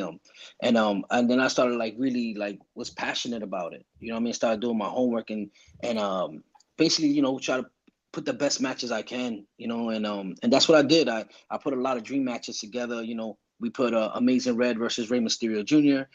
We had AJ Styles versus Ricochet. We had so many dream matches. I had a list of dream matches that I would want to see, and I know that fans would want to see. And we made it, and the buzz just kept getting bigger and bigger and bigger. And and I just learned on the way. You know what I mean? And I just love the position that I'm a promoter. That's how I consider myself more than a wrestler. I don't know if House of Glory really gets the credit they should for everything that you guys do. I mean, you guys got Tanahashi coming in for shows. I mean, the Briscoes, legendary. Their last match was at House of Glory. House of Glory to me is I know you guys don't stray too far out of New York, but it's one of the biggest independent promotions out there. Are there, you're running Philadelphia with WrestleMania weekend, past WrestleMania weekend, is there plans to kind of go outside New York a little bit more? Yeah, absolutely. And I get that a lot. People, I thank God for that, man. People really say this is, House of Glory is one of the top tier indie companies out there. And for me, it's I never looked at it like that. You know what I mean? So when people say that, it's just, I feel like we're doing something right. And I love it, man. I just want to keep striving and keep going, but yeah. So right now we announced Boston. We're doing Boston May 25th. So that's after Philly, we're going to Boston, and hopefully we could go to Chicago. We could go to Florida. So we're just gonna start branching out from there and see how it goes. So you mentioned Amazing Red and working with Amazing Red. How did that partnership kind of come together? And when did you guys decide that it was time to kind of blow that off, be done? So that's I got to make a long story short, because I'll be here all day trying to explain what. So what happened was I had the money at the time, and I told Red and there was somebody else too. I was like, look, Red, you're the name. I put the money up, and at that time he was with TNA. I said, look, you're the name. You could be the forefront of this, and I put the money in, and we just focus on you. You're the owner and stuff like that. And then he was like, all right, let's try it out. And then once we tried it out, then it was great. Me and him became partners. He loved it, and he ended up walking away from TNA, and we've been building this since. You know what I mean? For me, I think, Amazing Red is one of the best wrestlers out there, man. His mind for wrestling is just, I've been doing this for a lot of years, and I never met anybody like him. You know what I mean? He really knows the business, and he really knows how to train these kids and prepare them, you know what I mean, for huge matches and stuff like that. So, yeah, man, I knew Red since he was 13 years old, 12 years old, and he's one of my best friends. You know what I mean? So it works out perfectly, me and him being partners, and I focus on the company or the promotion, and he focuses on the school. And if I need any ideas or I need help with something, he's the first person I go to, and he gives me what he thinks is best to do, and that's what I do. Amazing Red, complete innovator when it comes to wrestling. And I love that he's like starting to now more and more get his flowers, and I hope that continues as he keeps active, because I first discovered him in TNA with the X Division stuff. It's like, oh, this dude's different. This dude's definitely different. So I love that I can still watch him in House of Glory and some other promotions as well. You mentioned a dream match list. I don't know if you want to put it out there of some dream matches that you might be trying to work on, or that you have on kind of the top of your mind here. What, for House of Glory? Yeah. No, I don't want to say. But there's a few. I always try to have a list of matches I think that fans would love. And so I'm basically right now with the Amazing Red and Mustafa Ali. I think that's a great dream match right there in itself. And I was also, to be completely honest with you, we were supposed to do Amazing Red versus Van Kingo for Boston. That one, I feel like that, basically, the older high flyer with the newer high flyer, putting those two giants together. And then obviously Van Kingo got hurt, so we got to find a replacement. But that's one dream match I would definitely want to do. Amazing Red versus Van Kingo. I think it will be really good. You've got a title versus title match on the card for the Wrestling Revolver and House of Glory show. You got Santana and Alex Shelley. Now, it's title versus title, so one of these guys, I assume, is going to walk away with both championships. Yeah. You've had Alex Shelley work with House of Glory. You obviously have Santana as your House of Glory champion. Yeah. Who's I don't want to pit them against each other, who's the better representation, but I mean, you get to pick one of them. Who do you have full time on your House of Glory roster? I have a lot of love for Alex Shelley, man. This guy is a great talent, you know what I mean? And but Santana's my guy. That dude right there, man, I think he's in his prime. You know what I mean? He's in the best shape of his life. He's still young, he's still hungry, and if you watch the matches that we put him against since he won the world title, you understand what I mean. Like he gets his all in that ring. You know what I mean? I feel like he has a lot left, and I won't be surprised if he gets picked up real soon. This kid is talented. He loves wrestling. For me, it's like what I judge people on is like, there's guys that are signed obviously in AEW, right? And a lot of these guys, or most of these guys, they don't need to do indies. They have money. They're good. You know what I mean? And so when there's guys that like Pentagon and there's other guys that still do indies, that's to show you that they do it for the love of the sport, because they don't have to do that. You know what I mean? And Santana, his contract, he had a good contract, and he doesn't care about the money. It's more about me getting in the ring and wrestling in front of the people. So when people, and especially when they have big contracts like that and they're still doing indies, that's to show you how hungry they are. And I respect them for that. You know what I mean? So Santana is one of those guys. Did he come to you at all when he left AEW recently? Did he seek your advice at all on what he could do, should do, anything like that? So, me and him been going back and forth since he came back. I went to go see him at AEW, and me and him had long conversations there and on the phone. You know what I mean? Even the things that were happening behind the scenes with him. I remember one time he had called me like at 1 a.m. and something was happening over there. He was with them, and he was in AEW, and I don't want to go, too much detail in that, but I always try to give him my best advice. You know what I mean? He's my brother, man, and he takes if he wants, you know what I mean? And when I have some problems, I ask him for his advice. So we went through back and forth for some things, and I think that he made the right decision staying there till the contract went out. And now he's hungry, man. He's ready to go and do his thing, man. He has something to prove. What are the conversations like in working with different promotions? Like you guys have Impact talent. You mentioned AEW. Penta was just on the latest show. AAA with Vikingo. So how are those conversations going when you're trying to use these talents who are under contract elsewhere? It's great, man. I appreciate the opportunity, man. You know what I mean? I'm a kid. I came from nothing. And I've been watching wrestling since I was 5 years old, and to be able to be in this position, man, it's a blessing from God for me. You know what I mean? And so it's been going great so far. AEW been great. AAA been great. TNA's always been great. So everybody's been great for the most part. You know what I mean? We never really had no issues and stuff like that. So, Listen, not everyone is familiar with House of Glory, like Jeremy was saying earlier. Can you give a couple of matches that people should absolutely find and check out from House of Glory? Wow, this, not to toot that horn, but there's so many. There's a really lot of great matches, man. The Ricochet versus AJ Styles was great. Like I said before, Rey Mysterio Jr. versus Amazing Red.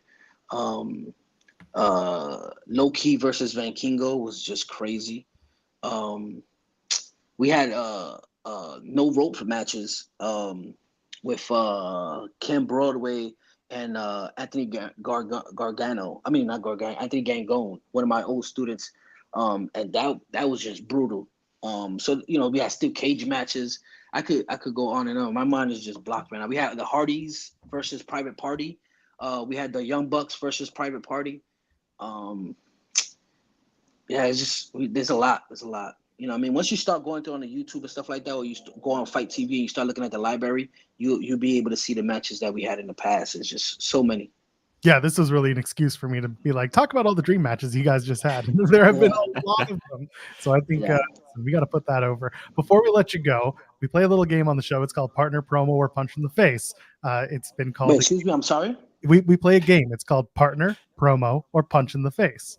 So I'm going to give you 3 names, and you're going to pick which one you would like to tag team with in a match, which one you would like to punch in the face in a singles match, and not literally, but have a singles match with, and which one you would like to have a promo with, one-on-one in the ring on the microphone. Are you ready?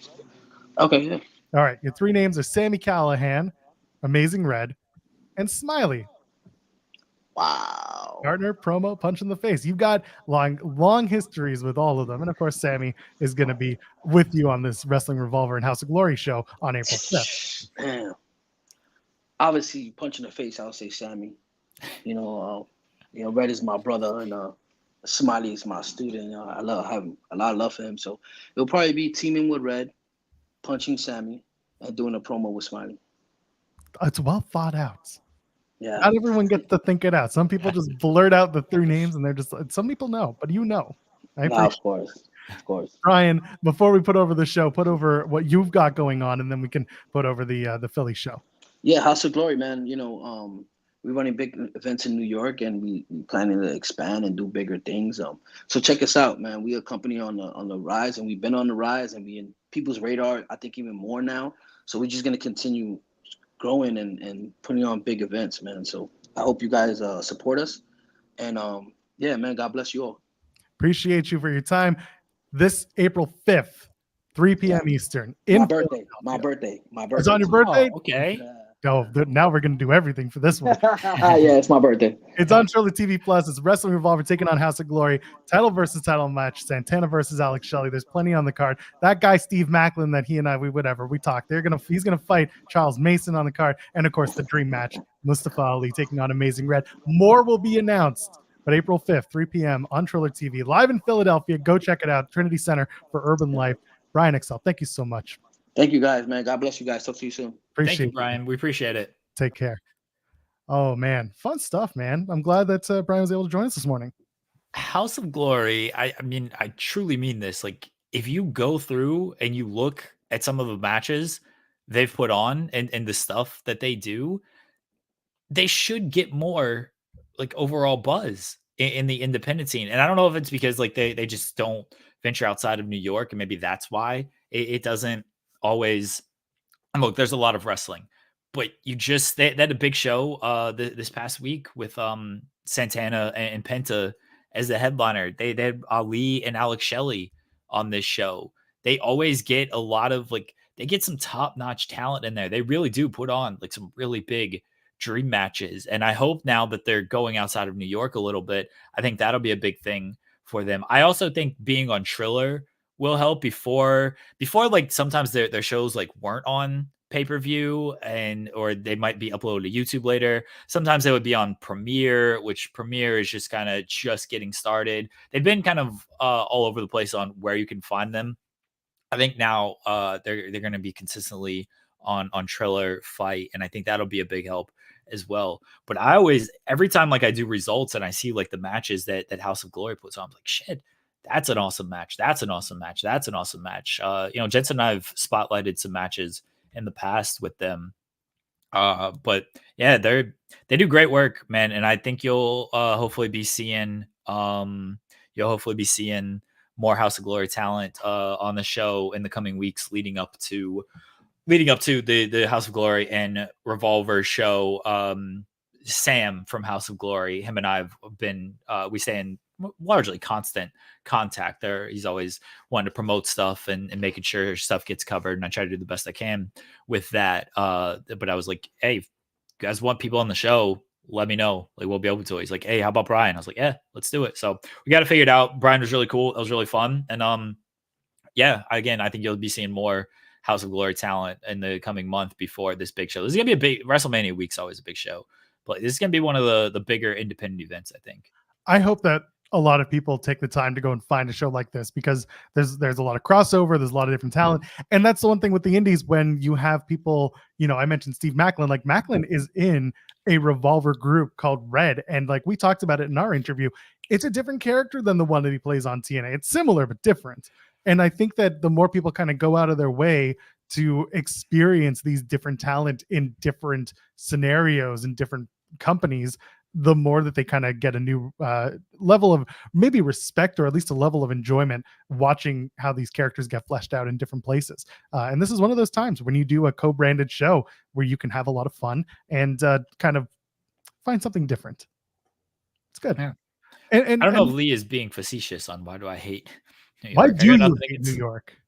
I've never been to New York. I got nothing against New York. I'm just saying that for companies to grow, a lot of times you got to get outside of just where you always run. That's just how it is. And I do think they want to grow. And I think that's why they're starting to run like WrestleMania weekend, and they're going to Boston, and they're going, Brian said Chicago. So, or hopefully Chicago, and then maybe down to Florida. Like, you got to just, if you're cool with just staying in one area, then cool. Like that's fine. But I think House of Glory does want to grow. And I think to do that, you got to kind of get outside there. And they've been at this well over 10 years. The match with Sammy that I mentioned in the interview, that was 10 years ago. It was June 2013. So they've been around for a while. They've been around before that. That was, I think, their 7th show. So yeah, man, I'm hoping that they get to put in a little more work and grow a little bit more. It's really interesting to me that, some of these companies, they put things like full matches on not just on their YouTube, but also on their socials, right? I think Prestige is one that does this. They'll just drop one of their random dream matches after, like, they'll do it as an engagement, or they'll be like, F it, here's Speedball versus Ali from this past weekend, whatever it is. Stuff like that will go far and it will help pack your venues and get you a big name.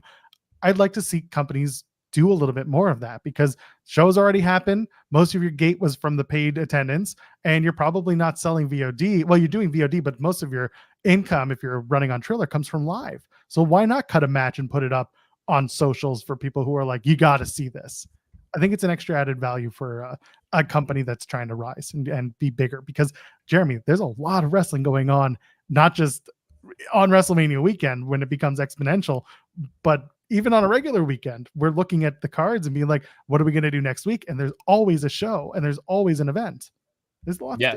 I mean, there was, again, they just ran this past weekend, and a lot of that got kind of lost because it was Revolution weekend. And obviously, if AEW and WWE is running a show, that's going to kind of take precedent over anything else. But again, just look through some of their past matches, check out some of their upcoming matches. If you want to talk about, like, they got like a who's who of who has been in this company. I mentioned like Tanahashi. Tanahashi ain't just doing random independent events usually. Tanahashi's pretty, working just New Japan kind of shows. He worked at House of Glory show. Eddie Kingston is worked the House of Glory stuff. Young Bucks were the first tag team champions on the show. So the Briscoes, I mentioned it, like, their last match was actually House of Glory. I know people, the final battle match is the most remembered of that, but House of Glory was their actual last match. So House of Glory they hold a lot of history in their archives. Master P still involved? Is he still owning? I don't think Master P is still involved. It's going back to the Wikipedia commentaries from earlier about who inducted who. They definitely still list Master P, and I'm like, I don't think that's still a thing. So just putting that out there. I know that was a big deal at the time for them, But obviously times change and so does the news. But I just want to put that out there. Kaiju Thunder sent a super chat saying, "I'm getting Bojangles today. I hope it's good Bojangles, not the Ohio Bojangles." Yeah, hopefully it's the good Bojangles, not the Ohio Bojangles. I mean, maybe it's gotten better. It's I went in September, so it's been a while. So maybe it's gotten a little bit better. We can all hope. Oh God, I hope so. I want to go back to the Darby Allin discussion for 2 seconds. There was an article in SI that dropped, I think today or earlier. I don't know if you've seen this yet, but it was commenting on Darby. Multiple people in AEW confirmed the pane of glass was the one spot Darby wanted above everything else, and that it was determined that Darby would do it. They did a rehearsal. They had a stunt coordinator there who instructed how to place the items, reviewed protocol, and then there were doctors there for the spot on high alert, and had Darby not been able to do the match, then the Bucks were prepared to call an alternate finish. That is according to SI. Okay. So just wanted to add that in there because I know we had a very lengthy discussion at the top of the show about a super chat that was talking about the Darby spot and how people felt about it. I just want to put it out there because it's relevant to how we started today's show. And of course, we're going to I hope everyone understands that. Yeah, Darby had a big say in something like that. I don't, that's why I don't pay attention to or give weight to the criticism of this stuff of like, oh, this is dumb. They shouldn't be doing it. It's not safe. Like, dude, typically when these spots happen, the people who do it are the ones, they're not forced to do this shit. All right. Tony Khan is not saying, hey, go out there and do this for our entertainment. Usually it's the wrestlers who want to do it. And if they want to do it, okay. Dynamite time? Oh, there's not a whole lot on Dynamite. No, I'm seeing like 2 things, and that's about it. Yeah, there's not a ton on Dynamite. Yeah, Sting also went through the glass, and I was joking with the whole you guys missed the psychology of this. Got over though. I think Sean retweeted it. That's why I got over. But dorks in my mention as usual. Like they're like, oh, anytime, like, how are you defending this? Whatever. I don't pay attention to any of this stuff. But like that was part of the match. I do truly think I'm being facetious with the psychology stuff because I think that's just a term people like to use to sound smarter. But it is true. Like the match was, here is this superhuman Sting. Like you make him out to be this big mythical hero. He goes out there, he faces the Young Bucks 2-on-1 for a good chunk of the match. He goes through glass. And it's like, okay, Sting just went through glass, whatever. Back up, taking the super kicks, fire up, go through a table, back up. Like that's the point. Like Sting, the whole match was designed as a send-off for Sting. It was Sting's last match. He got to win his last match. It was all designed to build up to conquering big hero Sting. And they did that. The glass stuff took Darby out of it. Could they have done it in a different way? Could they have done it in a safer way? Sure, if you want to say that, fine. You can always do things different and safer. This is the way they decided to do it. Darby was cool with it. Sting was cool with it. The company was cool with it. Okay. Sounds like they took precaution to also make it as safe as they could, given it was a stunt. Which you got to expect on there, too. I don't think it's going to be like, hey, go up there and then just jump and hope for the best type of thing. That's what Darby does when he freaking just goes on like Nitro Circus. But like even that is still, there's a risk reward and there's a precaution to it. Darby knows what he's doing when he's trying to flip bikes over, 50-foot ramps and everything. He understands what he's doing there. That could go horribly wrong too. But it's the risk he's willing to take. Just stop policing these people that want to do this stuff. Yeah. Nothing to add. Be mad about Everest if you're mad about something. Go be mad at Mount Everest specifically. The last thing I want to touch on, and then we're going to get into to Dynamite with those 2 matches and a long standing history of rebranding Dynamite now. Charlie Dempsey and William Regal, just from the NXT stuff. Regal comes out during the No Quarter Catch Crew segment. Big surprise. And it's a quick thing. It's Regal just being like, you better defend this thing like you mean it. And Dempsey being like, I'm going to do it better than you.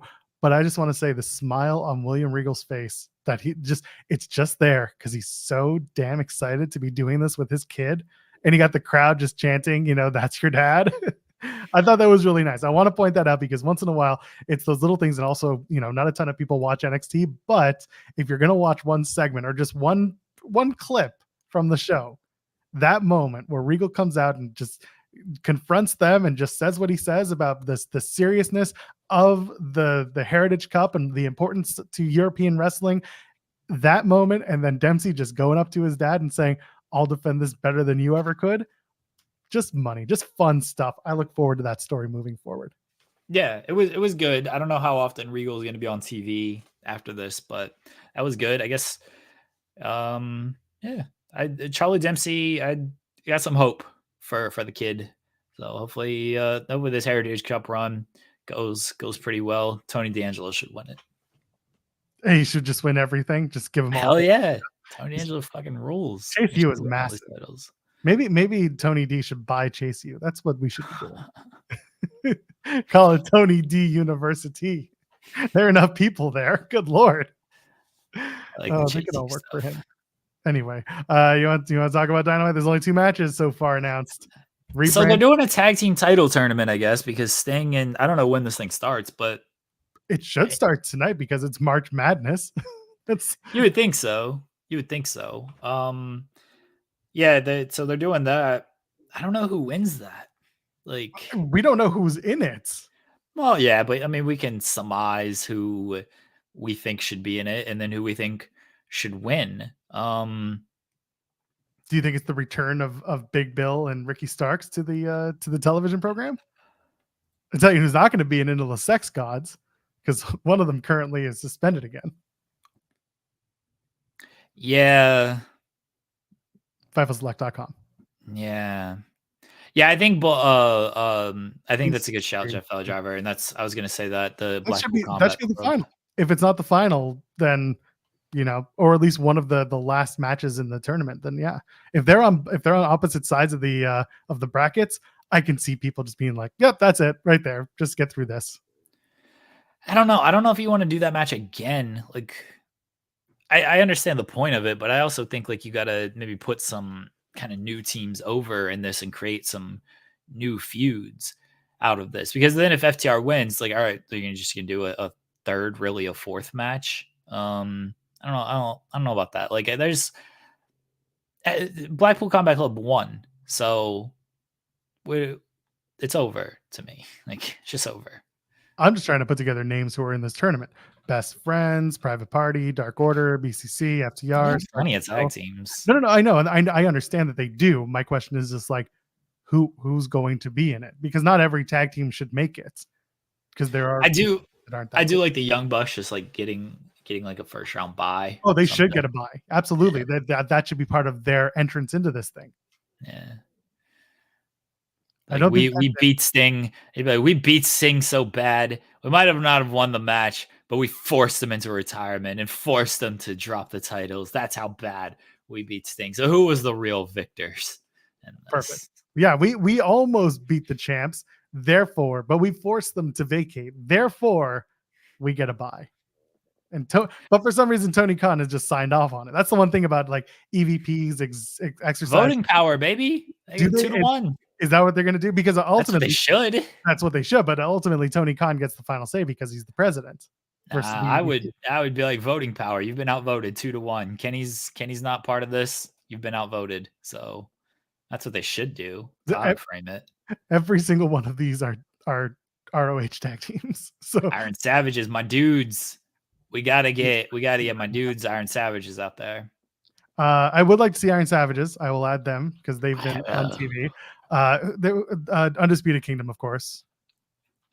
They'll be in there as the representatives of the AEW or the Ring of Honor tag team division. Yeah, but then you're beating, like, they ain't winning it, so then you're just beating your ROH tag team champions for no reason. I guess they maybe set up an ROH tag team title feud because they ain't really got one of them going on. Pretty much right now. They got to set up something for Supercard. By the way, I know you guys, I assume, talked about Revolution on Monday. I haven't really gotten my thoughts. We were kind of all over the place, but sure. Yeah, we're always all over the place on this show. Yes. Daniel Garcia should have won. I didn't like that they did 2 interference kind of finishes that led to the finish. They did the one with Nick Wayne coming out and hitting Garcia with the cutter, and then Christian won, and then Tony Storm and Deanna, where Mariah got involved, and then Tony won off of in the that. death match, King Luther also got involved. Yeah, the great Luther. So like, all right, they could have maybe cut one of those off. One, they should have cut off the Daniel Garcia one because Daniel Garcia should have won. Bryan Danielson needs to put his damn foot down. He needs to be like, you know what? I ain't fucking losing these matches. Oh, don't you start. You know damn sure. You know damn well that it is not Danielson. No, I know. I 100% know he is like, no, I want to lose. I'm saying he needs to stop this. He needs to put his foot down and be like, I'm tired. I'm not losing these matches anymore. No, I understand Danielson. If he wants to win, he could probably win. But it's not then Tony Khan needs to put his foot down. Tony needs to put his foot down. And somebody needs to put their foot down. So Bryan can put his foot in the faces of these people and beat them. Yes, I was so mad when I saw Danielson won on Dynamite because I'm like, he ain't beaten Kingston twice. Like, this is the setup, a Kingston victory on Sunday because Danielson just beat him in the trios match. I was like, oh, he's not going to beat him again. They're not going to quite do Eddie like that. And then, of course, Eddie won. That was a great match, by the way. I got no issues with Eddie Kingston. He rules. But, man, can I get some gold for Bryan? Can he please just, him or Tony, just be like, look, you're going to win. All right? You know what? You know what, actually? You're going to work super hard, and you are going to like it. You know what? You know what is the wrestlers should actually band together, and whoever Danielson wrestles next for whatever title it is, Roderick Strong, Eddie Kingston, Samoa Joe, I don't give a shit what title Danielson's going after. The wrestler, the opponent needs to do the right thing and not kick out. Just not kick out. Danielson pins him and they do not kick out. Just put your arms on top of Danielson for the 3. Force Danielson to get the pinfall. No, just don't kick out on it. Like, Bryan hits the knee or whatever he wants to hit and he pins him, and just don't kick or tap out. Yeah, do an automatic. Just get right into that label lock and just go, we're done. That's it. And just tap. That's it. One of these wrestlers needs to step up and do it for the company. Because Danielson clearly is not going to be like, yeah, I should actually win this title. Tony Khan is clearly just going to let Bryan do what he wants. So the wrestlers need to take it upon themselves and lose to Bryan Danielson. A shoot loss. I don't disagree with this. I like this premise. And it's, my general feeling was that Eddie should have won this match only because of the supercard implications, which is so ridiculous for that one thing. But like, he's not defending the strong title. Like, he defended it on the US cards for New Japan, but he's not going out of there and defending the other title. You know, the Ring of Honor title is the other one that he could be doing, but he's not. Basically, Bryan winning would have meant him working Supercard, and that wasn't going to happen. Bryan want to work Supercard? I don't know. Bryan working Supercard on his way out would be interesting because of the lineage of Ring of Honor, but it made sense for a story. Now I could see also Bryan and Eddie kind of maybe not put the tag belts on Bryan and Eddie. I don't care. This was kind of like where I was, maybe you make a tag team out of those two, but it feels a little too on the nose. It was weird. It just was what it was with Bryan and Eddie, you know, in terms of the victory going to Eddie getting to tell his little story of, you know, I want the respect of the boys. I don't care about people and what they think of me other than the boys. I just want that. I want the respect of my peers. And like, great, wonderful. How do we make that matter for the next time you have to face someone and then lose? You know, what happens when he drops that title? Is it going to be a blood feud or is it going to be a I want respect feud? You know? Someone do the right thing for business. Yes. Bespoke. Bryan Danielson going into his own business. Put him over. Yeah. Oh man. Super chat from Will Chisholm says, sorry about your loss last night, but you had a great asylum match is what it was called. Thank you.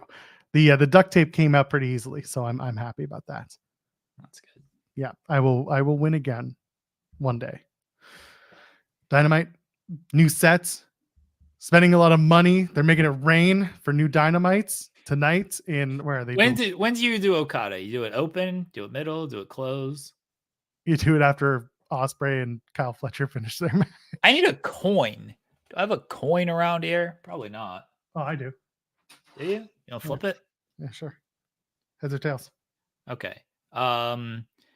Heads says Bryan Danielson should win all the titles, and tails says Bryan Danielson should win all the titles. This is a US dollar, by the way. Oh, it's $1. Wow. Yeah, you guys have dollar coins in this country? Yeah.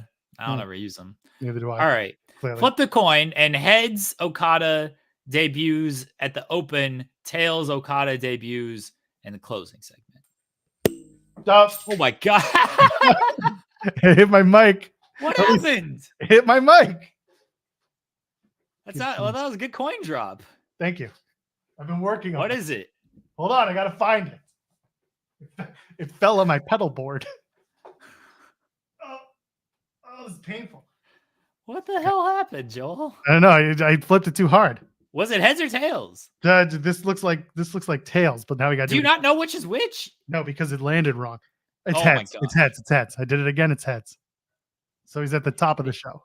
Canadians can't flip coins. Fair. That's true because we have too many coins. Amazing. I'd probably close the show with Okada. Yeah. I don't see the Joe stare down. I know people are talking about that, but like, man, Swerve is I don't know if it was a super chat, but somebody did ask about like my thoughts on it wasn't Swerve. a super chat, but let's get your thoughts anyway. But like I'm still have a right to my opinion on this show sometimes. I thought Swerve should have won, and because I just don't know when you're gonna. I mean, you can do Dynasty. They added a pay-per-view. You can do Dynasty. You can do a singles match.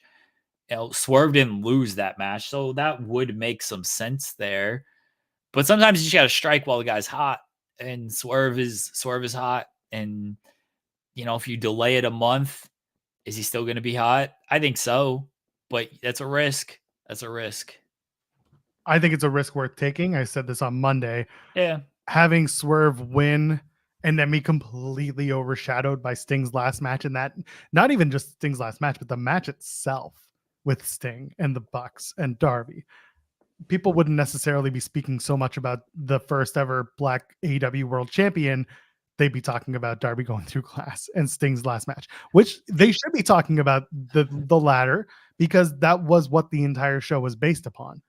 And I do think based on the structure of the show, Swerve losing was the right call. Okay. Like I can say that Swerve maybe should have won because it was his time, but the way they structured the show, him losing was the right call because you did Ospreay and Takeshita, which that's all anybody cared about. Like, no offense to that triple threat. That was the cooldown match.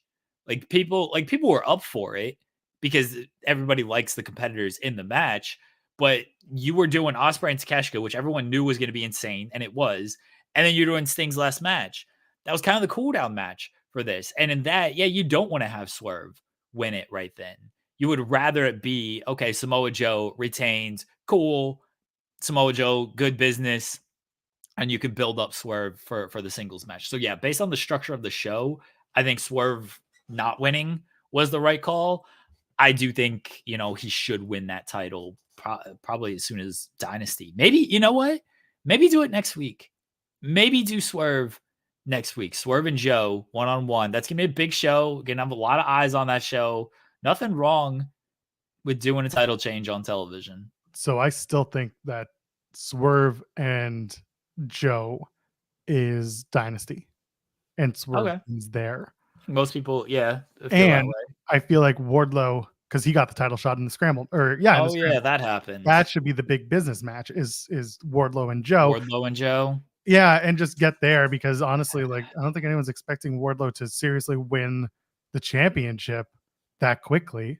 or at all, really, Wardlow right now. There's another story at play, and it's not like they're heating up. But I also don't want to see Wardlow then go into a feud with Chris Jericho. But now that we mentioned Sammy, now that Jericho is on his own again, you're kind of stuck unless you do Okada and Jericho first. But anyway, not important. My point being, Wardlow and Joe at Big Business makes more sense. And then you've got Dynasty being Swerve, and then you go Swerve and Ospreay at All In, and there's most of your summer. And of course, Swerve has a couple in the way, but like Ospreay, plows his way into All In, and it makes a big statement for himself. And then Swerve versus Ospreay, that's already, I said this on Monday, that is a feud that has more matches that have happened in the United Kingdom, in the UK. Those two have been in matches together more than in the United States. So that's a huge match for UK fans who have been following both men and their careers than Joe and Ospreay, which would be fun. It'd be good. But I just think doing that match with Swerve and Ospreay and All In would be huge. I think all of this makes a lot of sense. I think the part that we're getting lost in all of this is MJF needs to come back eventually. Yes. That's legitimately what I was going to say. No, I get that. Yeah. But it also feels like they've got to figure out the Undisputed Kingdom and MJF story first before MJF. It's like MJF has to conquer the United Kingdom, which is such an MJF storyline. Every time he had the title or was going after a title, he sent people, he sent his goons after him. Now we get to play it on its head and have Adam Cole be like, I'm sending my goons individually after you. And then we do MJF versus Adam Cole in a big match. That should, honestly, it should be for a world title because that's how this all started. But I don't know if we're going to get there so quickly, or if we get there, it's going to be end of the year for Adam Cole, or like All Out. No, not All Out. That's the next week. Like down towards the end of 2024. But even then, it's like it's way too quickly with Swerve. He's kind of a monkey wrench in there of they could put the title on Wardlow. They honestly could. And then MJF returns and takes the title back from Wardlow. He beats Wardlow to basically get that win back and everything, gets the title back. And then Adam Cole and MJF. Adam Cole, you can kick Wardlow out of the group because whatever. And then Adam Cole goes after MJF, and Adam Cole wins the title. People are very hung up on the idea, and I understand why.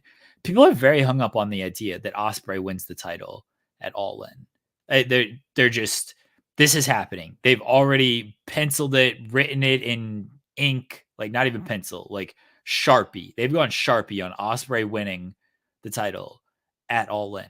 I'm not saying that should not happen. I said it with Swerve. You strike while the iron's hot on this stuff. Iron's hot on Ospreay. Him at All In, your biggest show. I assume they're going to continue to do All In, but it's going to, I don't want to say it's going to lose its luster or anything like that, but you keep running the same territory over and over again. Like it's just a law of diminishing returns on that. So I think they should do it this year. But why do you got to do it this year? Why can't you do it next year with Ospreay? Oh, there's still other factors at play. And this is, I forgot who I was listening to. Might have been Cena, actually. Listen to an interview with Cena where he talks about like fan expectation and like getting mad when stuff doesn't go the way that you've booked it in your mind. And now you're just mad at the company for this. This is John Cena having reflective time over his run at the top. Oh yeah. But that's what people, if Ospreay doesn't win it at All In, people are probably just going to be mad about that because, this is what we've booked in our heads. Cena's point on this, he was talking about Reigns and Roman.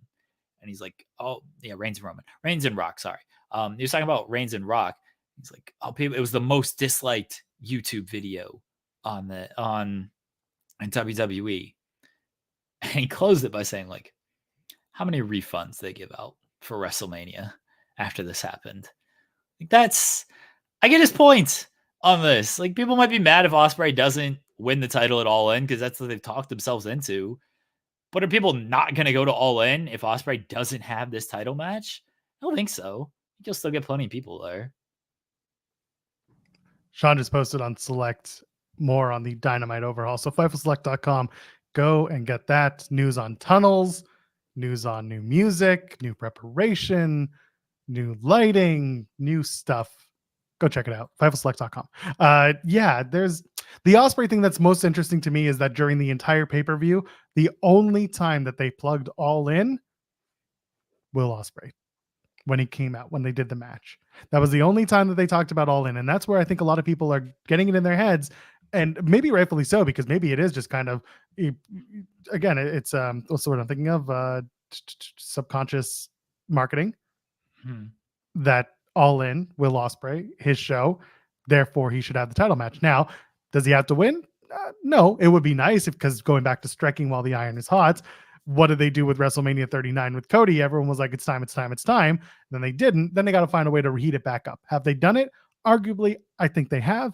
But then you got to do it again in the case of Will Ospreay, where you got to heat him up again after a title match loss in his home country at the biggest show of the year for AEW in terms of fan attendance. You got to bring it back around and either have him win on a US show, a US pay-per-view, which fine, you could do that, or you have to bring it around all the way to the next year's All In, presumably happening again at Wembley, and then you do it. It's a very big risk to take if fans are clamoring for a world title win for Will Ospreay. I would how you get put the title on Ospreay at All In. I think that's the right move. He was the most overdue in the building on Sunday, outside of Sting and Darby. Ospreay was the most over guy. Like he's going to continue to have great matches. There's no worry about that, and that people are going to connect with that. So I would put the title on him at All In, because I don't think he's going to lose momentum between now and then. I think it's only going to get hotter. And then, yeah, if he does lose, whether it's a title match or if he doesn't have a title match, there is that risk there. I'm never married to these booking ideas, because then I'm not disappointing if they don't happen. And a lot can change between now and then, whether that's, there's just a plethora of things. We're not going to put them out there, but they exist, and those things have happened before to derail plans. And we've mentioned other stuff of just like MJF has got to return. Yep. That's not an injury or, a force of God or real glass or anything. That's just the facts. MJF will return at some point. He's going to be slotted in probably close to the title picture at some point. Other people can get hot. Like that also happens. I don't know how many people saw Swerve getting this hot. I think people are like, oh, Swerve, he's good. But did anybody see him getting this hot? I don't know.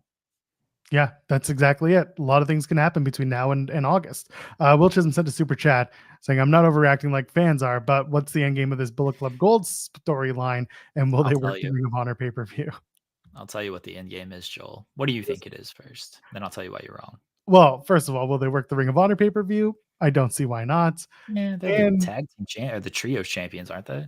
Yeah, so what? It's never stopped them before. Do I see them breaking up? I think they might get get a little comfortable, is really the point I'm trying to make. They might get a little too comfortable putting together these two teams, but I don't know. I'm gonna say this out loud, and I'm not gonna really regret it saying it, but I find it very weird that they are, for all intents and purposes, rewarding Max Caster for the rap stuff by giving him a story that is based around the rap stuff. Okay, but the rap stuff is, he choked on the one thing. The past one was years ago, and then he did the one at the I think Creator Pro show that it was an A1 show. It was Alpha One. Okay, Alpha One, sorry. That wasn't AEW TV. It wasn't good. We talked about it on the show, but that's didn't he also I'm sure their line of thinking. Didn't he also do one of the Rampage taping that we were talked about? Where they cut the rap, the NDAs? Oh, was that a thing? Yeah, I remember Caden talking about it. Oh, that's right. Yeah. So there has been recent. So the point is, I find it strange that they just keep making it a thing when it shouldn't be made a thing. So yeah, that being said, let's just put it on its head. you've got control. This is a Jay White storyline, and if this is going to heat up Jay White, then that is what I'm all for. Go ahead, tell me. Here's the end game. Jay White, Billy Gunn, AEW Tag Team Champions, baby. Let's go. Jay White takes out Darby Allin at Big Business because you got to write him off TV so he can go climb Everest and everything. Yep. And then Jay White is like, I need a tag team partner to go after these tag team titles. I just took out one half of the tag team champions. Old Billy Badass steps up for that one last run. By the way, Ospreay and Billy Gunn wants this as his last match. He said it like jokingly in an interview, and now Ospreay is in on it. They might just do Ospreay and Billy Gunn at All In for Billy Gunn's last match. Let's do it. Listen, if there's one thing that Will Ospreay can do, it's good. Give anyone a great match. That match would rule so much because Billy is a fucking monster. He ain't got to do much, and Ospreay will bump his ass off around for him. Oh, that'd be great. Yeah, I would love to see that. But yeah, they both made it kind of canon in AEW that they want to have a match. When do you do it? Like, do you do it all in? That's the main event. It really is. Fuck that world title. Billy Gunn's retirement match is much bigger. Ospreay wins like 3 weeks before All In, and suddenly Billy Gunn has a world championship match at All In. Good. He should win it there too. Let's go. Going out on top like all the stars. Hell yeah. That is the AEW moniker. Come here. Old talent, come here. We'll put you over like you deserve. We'll respect your legacy. So that's your thing, is going to be Jay White and Billy Gunn in the tag tournament? It should be. I don't think it will be, but that'd be great. I mean, everyone was expecting them to do something at the past pay-per-view, Revolution, splitting up both teams and doing a championship match that combined the titles. Maybe you still do that, but you do it at Dynasty instead. I didn't see that for this one. I don't even know if I see it for Dynasty. I don't think they're going to combine those titles. I think they just like having 8 million titles. It's kind of, yeah. I agree with you. I don't agree with it, but I agree with you. Will Chisholm sent a super chat. This will start to wrap us up. There's a segment of fans that wants Swerve to win the AEW title. So if y'all are Tony, when do you do that? And if you do, Will or Wardlow? Because if Swerve wins fans, he'll be mad at having a short title reign. I mean, Kate and I talked about this as well.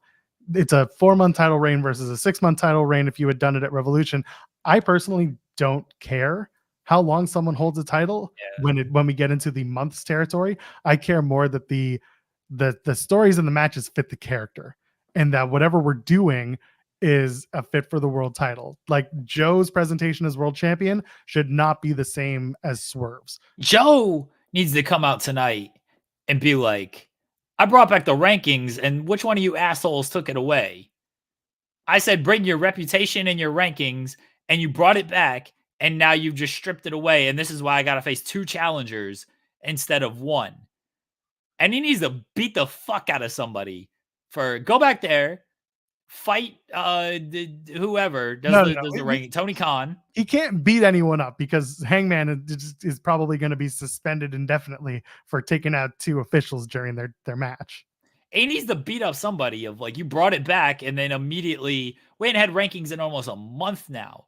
Like, they just brought it back just to take it away. It's the best troll job in wrestling. Tip of the rankings over here. Could you imagine as Danhausen comes out and he's like, it was me. I stole the rankings. Good. And then Joe beats the shit out of him. I want Joe just beating the hell out of people. Oh, that's fine. I want Joe to be pissed off. But then again, to set up the Swerve match, it's very simple. I didn't eat the pin. I didn't submit. Hangman did. I still want a shot at your title. You can't duck me. It's a very easy way to get there. So I hope that they start that build. I agree. Joe, I disagree with that. I mean, I do agree, but like, I disagree for this Samoa Joe bit. I disagree with that.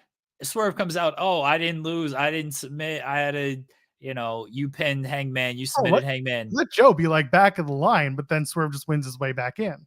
Nah, Joe should tell him, go kick rocks, buddy. You had a 33 1/3% chance in this match, the same as I did.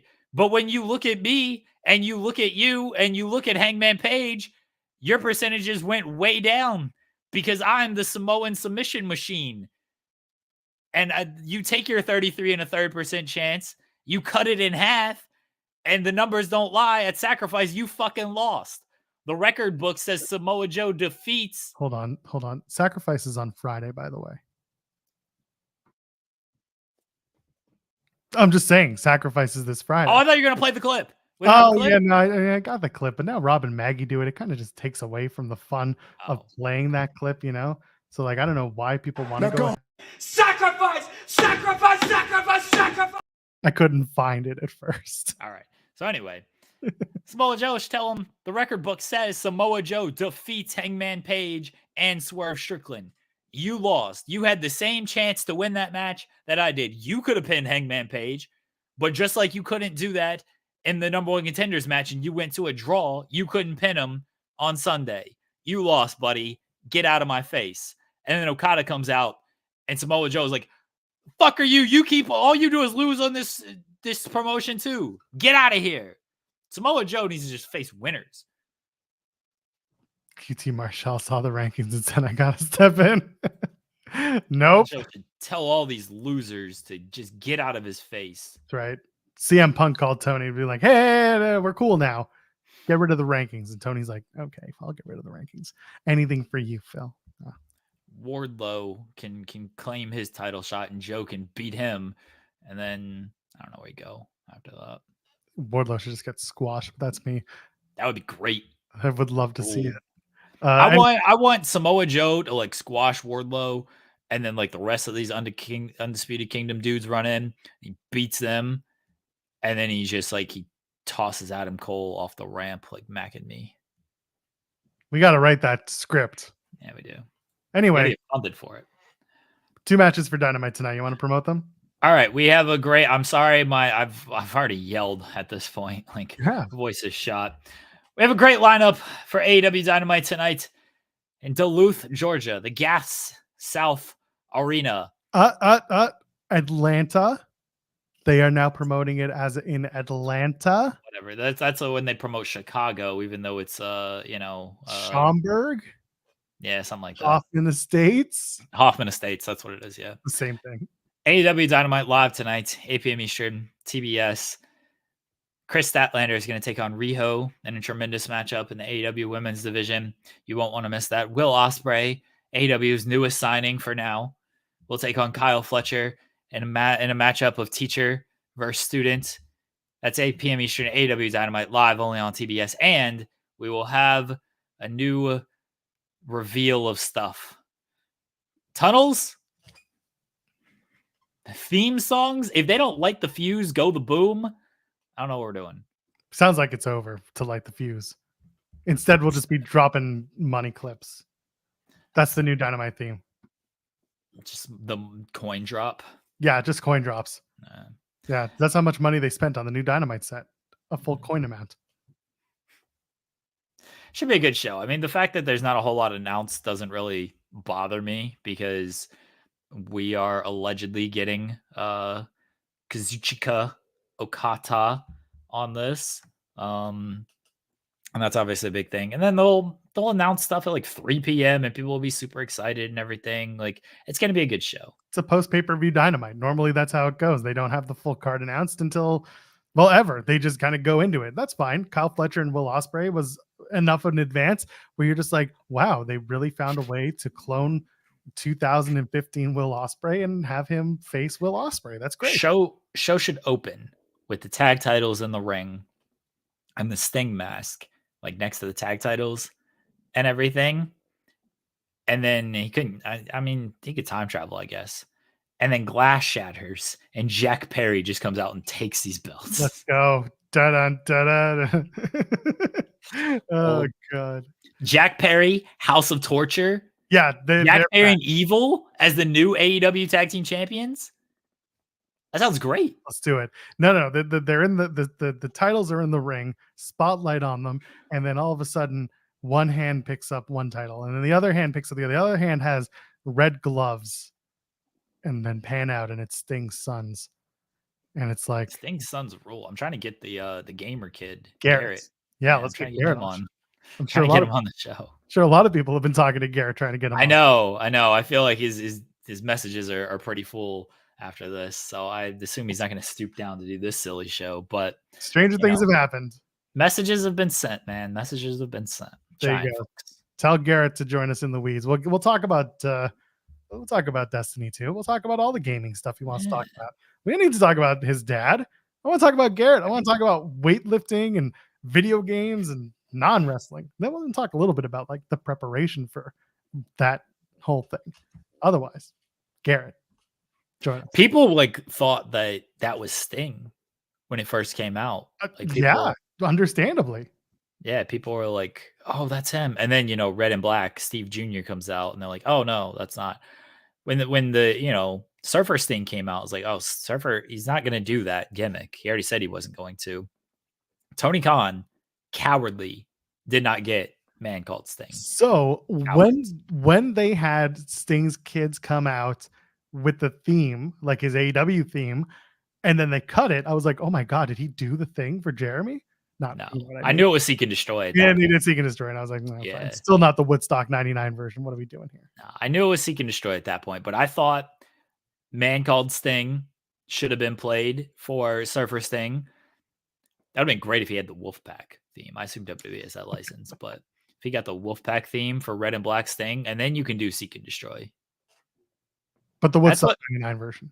That's what they should have done. But I'm not running the shows, so they just want to do B-level stuff until you give me the pencil. That's right. Anyway, speaking of pencils, anything to plug before we get out of here? Nope. Wonderful. I'm glad we did this. We're back on Friday, 10 a.m. Eastern. Talk about Dynamite. We'll talk about money. We'll talk about SmackDown because The Rock and Roman and Seth and Cody are going to be there. A lot of crack in that ring. A lot of crack in that ring. What if they just like go on Dynamite? Bust out an entire thing of crack? Yeah, like that's how SmackDown opens. They're just in a circle. Like, here, you know what this show really needs? Some crack. Sounds like we shouldn't be doing. Now go home and smoke some more crack. It's the eyes. Oh yeah, I was very happy I found that picture of like. It's such a messed up Photoshop. It's not a Photoshop. No, yes it is. Isn't that when he did that's when he did the Undertaker? No, it was that he went this way and up. I don't know. Let's look. Hard to do. Now go home and smoke some more crack. I don't know if that's a Photoshop. Has to be a Photoshop. We don't find the video. I don't know. Oh, so weird. Anyway, let's get out of here. Back on Friday, 10 a.m. Eastern. Do the things. Jeremy's there. I am at Joel Pearl, JOLPERL. We will, ladies and gentlemen, friends of the binary. See you on the Friday. Okay, go. Tell your friends to watch this show.